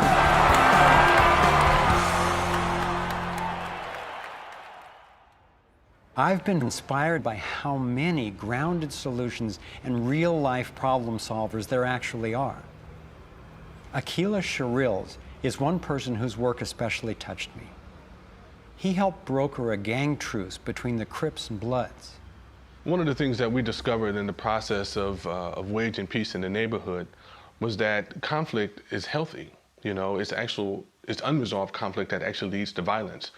When we first launched the peace treaty, we had a lot of success in our first year. Gang homicides dropped 44% in the neighborhood based upon our actions. Aquila describes what happened when two rival gang leaders finally met after the truce. The brother came up to him and told him, man, look, I know you got some hard feelings for me. You know, maybe I got some hard feelings for you. He said, but because of this truce, man, he said, I'm willing to put all of that to the side. And he stuck out his hand. He hugged him and he said he closed his eyes because he was preparing for a sharp, knife to enter his back. He was waiting for for a bullet you know, to be shot into his stomach. But he said after a few moments, you know, he held that embrace. You know, he realized that, you know, that it was genuine. I believe that having a clear picture of our potential is as important as uncovering what stands in its way. So I want to take you to a possible world of the future. It's a world the elite would have you believe is an impossible pipe dream, but I'm convinced it's a world that is utterly within our grasp. We can create a world where people can thrive, where we can feel safe and secure. The air, water, and food are clean. A world where communities are capable of producing their own energy and food, and trade is open and fair. Rather than focusing on punishment, instead justice restores lives and losses. Insurance pays doctors to keep people healthy. Education is voluntary, serving the needs of individuals instead of corporations. We get honest feedback from independent media. There are no subsidies and no bailouts. Imagine that with an honest money system, little or no taxes, and low electric and fuel bills, you would have the money to pay off your home and car and be free to save and invest. You would enjoy more wealth, freedom, and security, all while working the same or probably less. Let's say I started a mutual fund for my neighborhood, and all the neighbors had stock, okay? And so they healed the environment, and their stock went up in value. So instead of getting drained financially, they're making money. They're making money from things that make their kids safer and prevent the planet from dying. So you kind of have your cake and eat it too. Instead of working all week to make money and then coming home and trying to save the planet on the weekends, you can spend Monday through Friday making money saving the planet and then, you know, go to the beach. This vision of a thriving world is based on what could be called the liberty perspective. There is a simple principle that underlies this approach: non-violation. Nobody gets to violate you or your property, and you don't get to violate anyone else, except in genuine self-defense. This is the one rule I've found that every single person agrees with, at least for themselves. I believe that non-violation is the true north of humanity's moral compass and our core navigating insight. This insight can guide us and protect each and every individual as we set up voluntary, self-sustaining systems. It is a way of living that I can stand for wholeheartedly and without reservation. I've been profoundly influenced by the work of Austrian economist Ludwig von Mises, who developed a whole philosophy and economic system based on the core ethic of non-aggression. Motivated by having witnessed the ravages of communism and fascism in Europe, he committed his life to finding a just way. He recognized that those systems, as well as socialism and even democracy, wrongly assume the rights of the collective, or the group, to be more important than those of the individual. I had always gone along with the view that more people will thrive if we consider the group's needs above the individual's. But when I took a closer look, I found it doesn't really work that way. In the name of what's best for the group, governments have been responsible for most of the war, death, and destruction on the planet. More than 200 million individuals were killed in the 20th century alone. So how would applying the principle of non-violation change this dynamic? It would take us from incremental change of a fundamentally flawed system to a complete transformation where not just some, or even the majority, but everyone could truly have the opportunity to thrive. In order to implement the principle of non-violation, it makes sense to me to honestly re-examine our past, because it doesn't work to try to build a healthy living system on top of an unhealthy one. We have to go back to the most fundamental acts of injustice upon which the country was founded, in the seizure of the lands of the people and the slaughter of their women and children, and the rendering destitute most of the remnants of these people, is such a grievous wrong that we believe that we have to deal with that, to come to grips with that in a fundamental way. Understanding that they're not wrongs that were done and completed 150 years ago. They're wrongs that are continued every single day. So you have, through the history of North America and the United States, over 500 treaties signed with indigenous nations where every single one of them now has been violated. You have, in fact, a tremendous amount of wealth having been generated from indigenous people's lands and resources, and billions of dollars every year still being generated by corporations and European nations based on the continued exploitation of indigenous people's lands and resources. If we didn't have large corporations, if we didn't have Western governments defining how you and I were to relate to each other, living here in North America now together, how would we relate to one another? How would we make it different? It's going to take time and courageous effort to shift the consciousness and accomplish the tasks that will move us toward the world I'm talking about. And yet I know of no greater gift that we could give to future generations. We can't do everything at once. I envision 3 overlapping stages of the solutions process. In stage 1, we bring as much integrity as possible to our current systems. If we cut the US military budget in half, it would still roughly equal the defense spending of the entire rest of the world. Between that and getting rid of the Federal Reserve, over $1 trillion a year would be freed, enough to feed everyone on our planet, deal with social issues, and heal our environment. Many people believe that widespread starvation and poverty are inevitable, but compared to war, eliminating poverty and restoring the environment are cheap. According to Lester Brown's Earth Policy Institute, it would take under $200 billion a year to restore the Earth's environment and meet global social goals. But this stage isn't the end goal of the liberty perspective. While stage 1 has a lot of the compassion typically associated with a liberal Democrat agenda, stage 2 reflects much of the wisdom of the traditional conservative worldview. In stage 2, we shrink government's role to protecting individual liberty and stewarding things we share in common, like ecosystems and the airwaves we use to communicate. As the system gains integrity and we move to sound currency, people will have enough money to have more control over everything that affects them.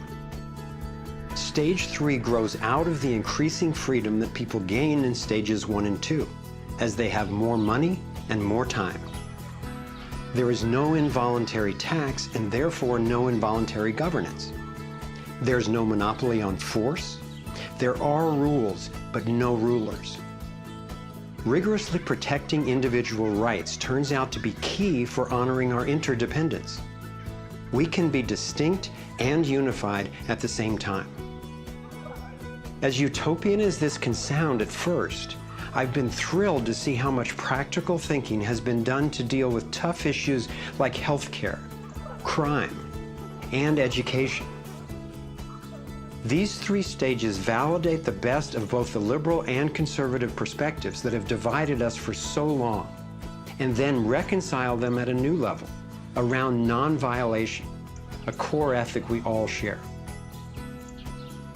Stage 3 honors human incentive and finally includes the rights of not just many, not just most, but everyone. The Torus provides a template for a society based on integrity and wholeness. It conserves what's working. It has built-in feedback so it can self-correct and innovate to maintain balance. We can apply these and other features of the torus dynamic to our human social systems. I truly believe that aligning consciously with the fundamental life energy pattern at every level, physical, emotional, mental, interpersonal, and environmental, is ultimately the art, the science, and the celebration of love. And that's what we're here to learn.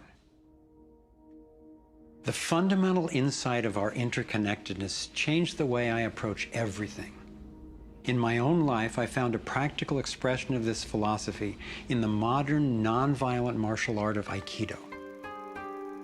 It offers powerful guidance on how to respond effectively and non-aggressively to the global domination agenda. Morihei Ueshiba, its founder, taught that to practice Aikido, one must mimic the movements of atoms and galaxies. Just as free energy technology blends with the toroidal pattern to access unlimited power, Aikido, the way of harmony, blends with the energy of an attacker, redirecting it to peaceful resolution.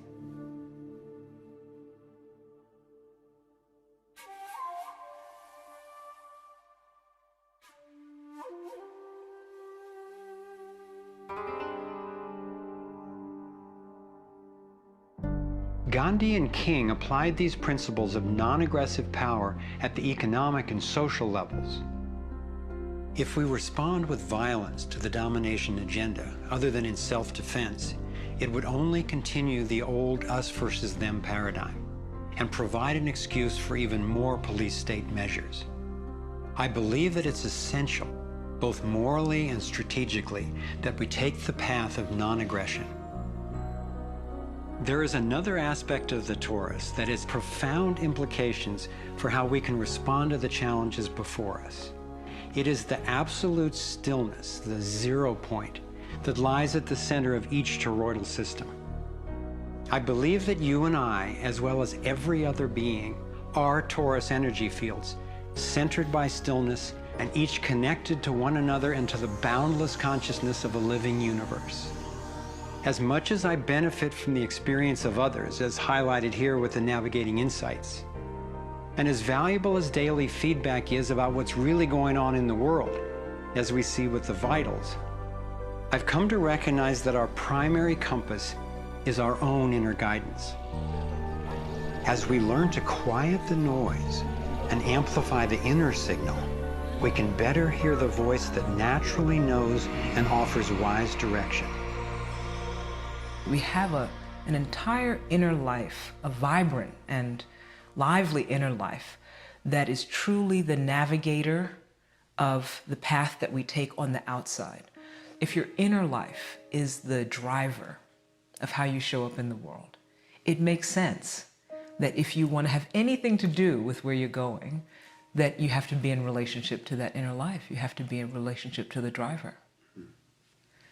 As we develop increased relationship to who's in the driver's seat, what happens is that there is a synergy. It's a symbiotic relationship that our inner lives are actually able to be more in tandem with where we're choosing to go, and we're able to get there.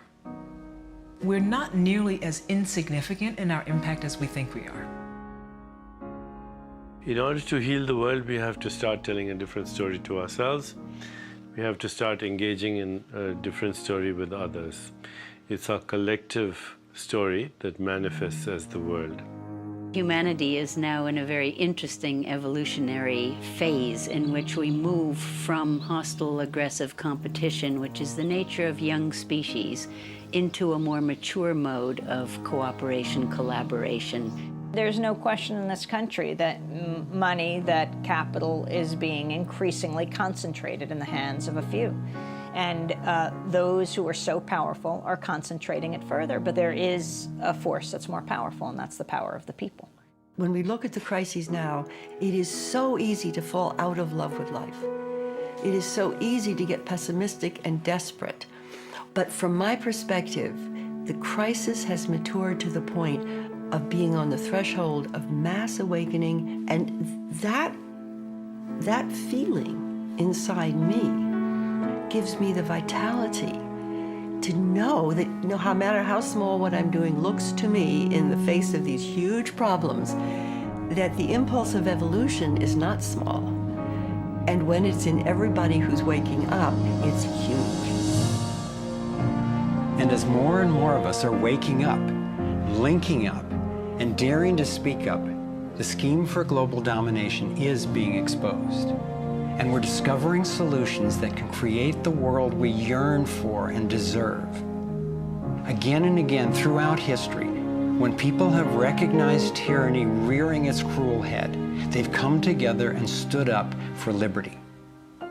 I am confident humankind will look back on this period and be proud that when we saw, we acted. Thank you for coming on this journey with us. I'm convinced we have what it takes to thrive. Let's make it happen.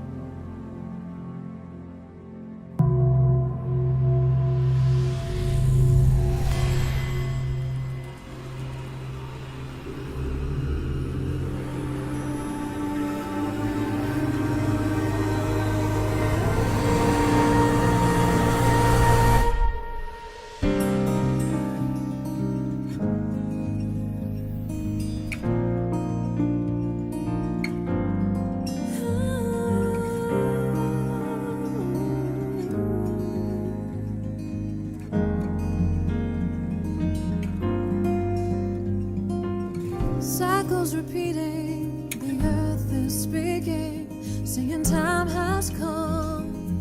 Wake up from this nightmare of life. So many shattered lives reaching out, crying, crying out for freedom, crying out for love. Carried by the current, till we stand side by side on the brink of a brand new dawn. We come together while the waters rise. There's a stirring deep inside, deep inside. We come together to stand up for our lives. What on earth does it take to thrive? While we've been sleeping, hearts were beating so much closer than we ever knew. Beneath the noise, there is an inner voice whispering, clear and true.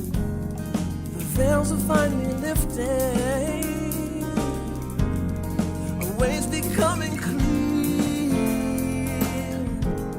There's a dream without a limit, and a vision so strong, every person knows they belong.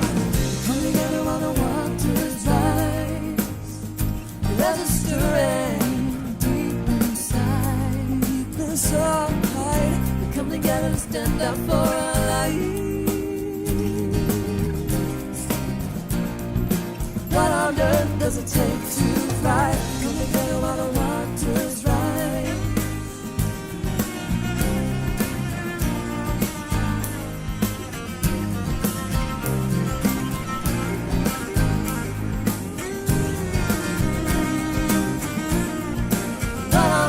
Does it take to thrive out in the open? Thrive healing what's broken. Every heart, every life, living our place in it now.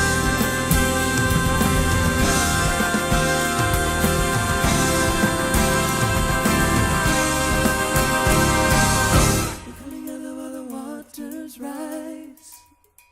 There's a stirring deep inside, deep inside. Come together to stand up for our lives. We all have what it takes to thrive. We come together while the waters rise. There's a stirring deep inside, deep inside. We come together to stand up for our lives. We all have what it takes to thrive. Come together while the waters rise. There's a stirring deep inside, deep inside. We come together to stand up for our lives. We all have what it takes to thrive. Come together while the waters rise. There's a stirring deep inside, deep inside. We come together to stand up